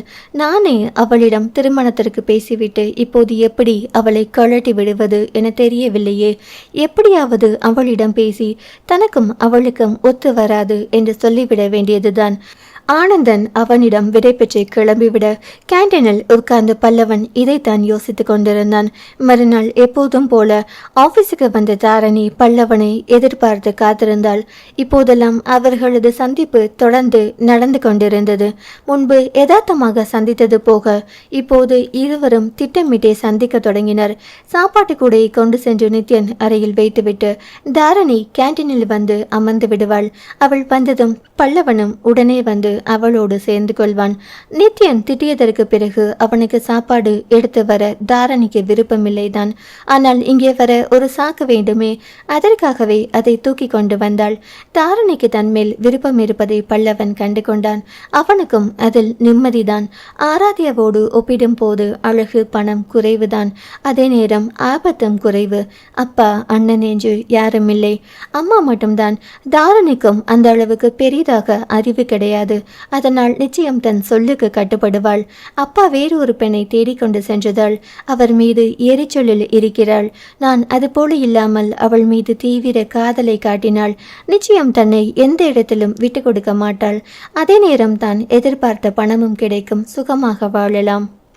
தொழில் செய்ய பணம் வேண்டும், கிடைக்கவில்லை என அவன் யதார்த்தமாக சொல்ல தாரணி உடனே தன் பேரில் இருக்கும் பணத்தை எடுத்து கொடுப்பதாக சொல்லிவிட்டாள். அந்த அளவுக்கு தாரணி பல்லவனை விரும்ப ஆரம்பித்திருந்தாள். இப்படி ஒரு பெண்ணை தானே அவனும் எதிர்பார்த்தது. அத்தோடு தாரணியின் அவன் மீதான காதலும் அவனை கவர ஆரம்பித்தது. ஆராத்யா பின்னாலேயே சுற்றினாலும் அவள் இப்படியெல்லாம் அவனிடம் நடந்து கொண்டதில்லை. ஒரு பெண்ணின் காதல் ஒருவனை எந்த அளவுக்கு மாற்றும் என்பதற்கு பல்லவன் உதாரணம். தாரணி கோபப்பட்டு ஒன்றிரண்டு வார்த்தைகள் பேசுகிறாள் தான். ஆனால் பல்லவனிடம் மறந்தும் கோபத்தை காட்டியது இல்லை. அத்தோடு அதை சமாளிக்க பல்லவனுக்கும் தெரிந்திருந்தது என்றுதான் சொல்ல வேண்டும். அதுவே அவனை பிடிக்க தாரணிக்கு இன்னொரு காரணம். இந்த கொஞ்ச நாட்களில் யார் எதிர்த்தாலும் அவனை தான் திருமணம் செய்வது என்ற தீவிரமான முடிவுக்கு தாரணி வந்திருந்தாள். இருவரின் காதல் கதையை ஆராத்யாவும் அறிந்துதான் இருந்தாள். தாரணியின் திமிர் கர்வம் எல்லாம் ஆராத்யாவுக்கு தெரியும். அந்த மாதிரி பெண்ணுக்கு இப்படி விட்டு கொடுத்து போகிறவன் அமைந்தாள் இருவரின் வாழ்க்கையும் நன்றாக இருக்கும். இப்போதெல்லாம் பார்க்கிற போது அவர்களிடம் பொதுவாக பேசிவிட்டு அங்கிருந்து நகர்ந்து விடுவாள். ஆனந்தன் பேசி சென்ற பிறகு பல்லவன் அவள் இருக்கும் பக்கமே திரும்புவதில்லை. ஆராத்யா தானே சென்று வெளியே பேசினாலும் அவன் ஏதாவது வேலையை சாக்கு காட்டிவிட்டு அங்கிருந்து நகர்ந்து விடுகிறான். இன்றும் அவர்கள் இருவரும் கேண்டீனில் அமர்ந்து சுவாரஸ்யமாக பேசிக்கொண்டிருப்பதை கண்ட ஆராத்யா அவர்கள் அருகில் வந்து, என்ன தாரணி, எப்படி இருக்கீங்க என கேட்டாள். நல்லா இருக்கேந்தியா, ஏன் கொஞ்ச நாளா பார்த்த உடனே ஓடி போயிடுறீங்க, உட்காருங்க பேசலாம் என தாரணி அவளை அழைத்தாள். ஆனால் பல்லவனுக்கு அதில் கொஞ்சமும் விருப்பமில்லை. அவன் முகமே விருப்பமில்லாததை காட்டியதோடு, தாரணி, அவங்களுக்கு ஏதாவது வேலை இருக்க போகுது, நீ பாட்டுக்கு வேலையா போறவங்களை இப்படி பிடிச்சு வைக்கிறது தப்புமா என சொன்னான். ஆராத்யா அவனை ஒரு பார்வை பார்த்துவிட்டு, அவ்வளவு திமிரா உனக்கு என நினைத்தபடி, இல்லை பல்லவன், உங்ககிட்ட பேசலாம்னு தான் வந்தேன். ரெஜிஸ்டர் ஆஃபீஸில் கல்யாண விஷயம் பற்றி சொல்லியிருந்தீங்களே, என்ன ஆச்சுன்னு கேட்கணும்னு நினச்சேன். தாரணி கூப்பிட்டதோ வந்துட்டேன். என்ன பல்லவன், என்னாச்சு, இப்போவாவது சொல்லுங்க என கேட்டாள். இருவரையும் புரியாமல் பார்த்த தாரணி, என்ன ரெஜிஸ்டர் ஆஃபீஸ், என்ன விஷயம் என கேட்டாள். பல்லவன் மிரண்டு விட்டான். ஐயையோ, இப்போதுதான் தாரணி முழுவதுமாக என் பக்கம் வந்திருக்கிறாள். இதையெல்லாம் சொல்ல போனால் அவ்வளவுதான், அவளை வேண்டுமென்றே தட்டி கழிக்கிறேன் என புரிந்து கொண்டு, ஆராத்யா இப்படி செய்கிறாளே, நல்ல வேளை இவளை கல்யாணம் செய்ய முடிவெடுக்கவில்லை, அவளிடம் சொல்ல வேண்டாம் என கண்களால் கெஞ்சியவாறு தாரணியிடம் திரும்பி, அதெல்லாம் ஒன்றும் இல்லை தாரணி என சமாளிக்க பார்த்தான். அவங்க தெளிவாக கேட்குறாங்க, நீங்கள் ஒன்றும் இல்லைன்னு சொல்கிறீங்க, என்னதியா, என்ன விஷயம் சொல்லுங்க என தாரணி ஆராத்யாவை பார்த்து கேட்டாள். முதலில் அவன் பேசிய பேச்சுக்கு கோர்த்து விட்டு விடுவோமா என ஆராத்யாவும் யோசித்ததுதான். ஆனால் காலிலேயே விழுந்து விடுபவன் போல கண்களால் ரொம்பவும் கெஞ்சிய பல்லவனை பார்த்து பாவமாக இருந்தது. அதனால் சமாளிப்பாக, ஒன்றுமில்லை தாரணி, ரெஜிஸ்டர் ஆஃபீஸில் ஒரு முக்கியமான விஷயம் சொல்லியிருந்தேன், அதை பற்றி கேட்டேன், வேற ஒன்றும் இல்லை என சொன்னாள். அப்படி என்ன முக்கியமான விஷயம், என்கிட்ட சொல்லக்கூடாதா என தாரணி கேட்க ஆராத்யா மீண்டும் பல்லவனை பார்த்தாள். அவன் விட்டால் அழுது விடுபவன் போல முகத்தை வைத்து கொண்டிருக்க, ஆராத்யா போனால் போகிறது, எனக்கு தெரிஞ்ச ஒருத்தவங்க லவ் மேரேஜ் தாரணி, வீட்டை எதிர்த்து கல்யாணம் பண்ணிக்கிறாங்க, அதுக்கு நான் தான் சாட்சி கையெழுத்து போடுறேன். பல்லவன் ரிஜிஸ்டர் ஆஃபீஸில் யாரையோ தெரியும்னு சொல்லியிருந்தாரு, அதனால் இவர் மூலமாக தான் நாங்கள் மூவ் பண்ணினோம், அதுதான் முடிஞ்சிருச்சான்னு கேட்டேன், வேற ஒன்றும் இல்லை தாரணி என சொன்னாள். ஓ, இவ்வளவுதானா, இதை ஏன் பல்லவன் என்கிட்ட மறைக்க நினைச்சிங்க என தாரணி ஆதங்கமாக கேட்டாள். அவன் என்ன பதில் சொல்வது என தெரியாமல் பாவமாக பார்க்க ஆராத்யா அவனுக்கு உதவ முன் வந்தாள். அவர் மேலே எந்த தப்பும் இல்லை தாரணி, யார்கிட்டையும் சொல்ல வேண்டாம்னு நாங்கள் தான் சொல்லி வச்சிருந்தோம், அவர் உன்கிட்ட கூட உண்மையை மறைக்கிறார்னா வாக்கு தவறாம எவ்வளவு சுத்தமாக இருக்காருன்னு பார்த்துக்கோ என சொன்னாள். இப்போது தாரணி பல்லவனை பெருமை பொங்க பார்க்க ஆரம்பித்து விட்டாள். பல்லவனுக்கு தான் கொஞ்சம் குற்ற உணர்ச்சியாக இருந்தது. தாரணியின் பார்வையை கண்ட ஆராத்யா, ஐயோ சாமி, இந்த கொடுமையெல்லாம் நம்மளால பார்க்க முடியாது என நினைத்து அவர்களிடம் விடைபெற்று அங்கிருந்து நகர்ந்து விட்டாள்.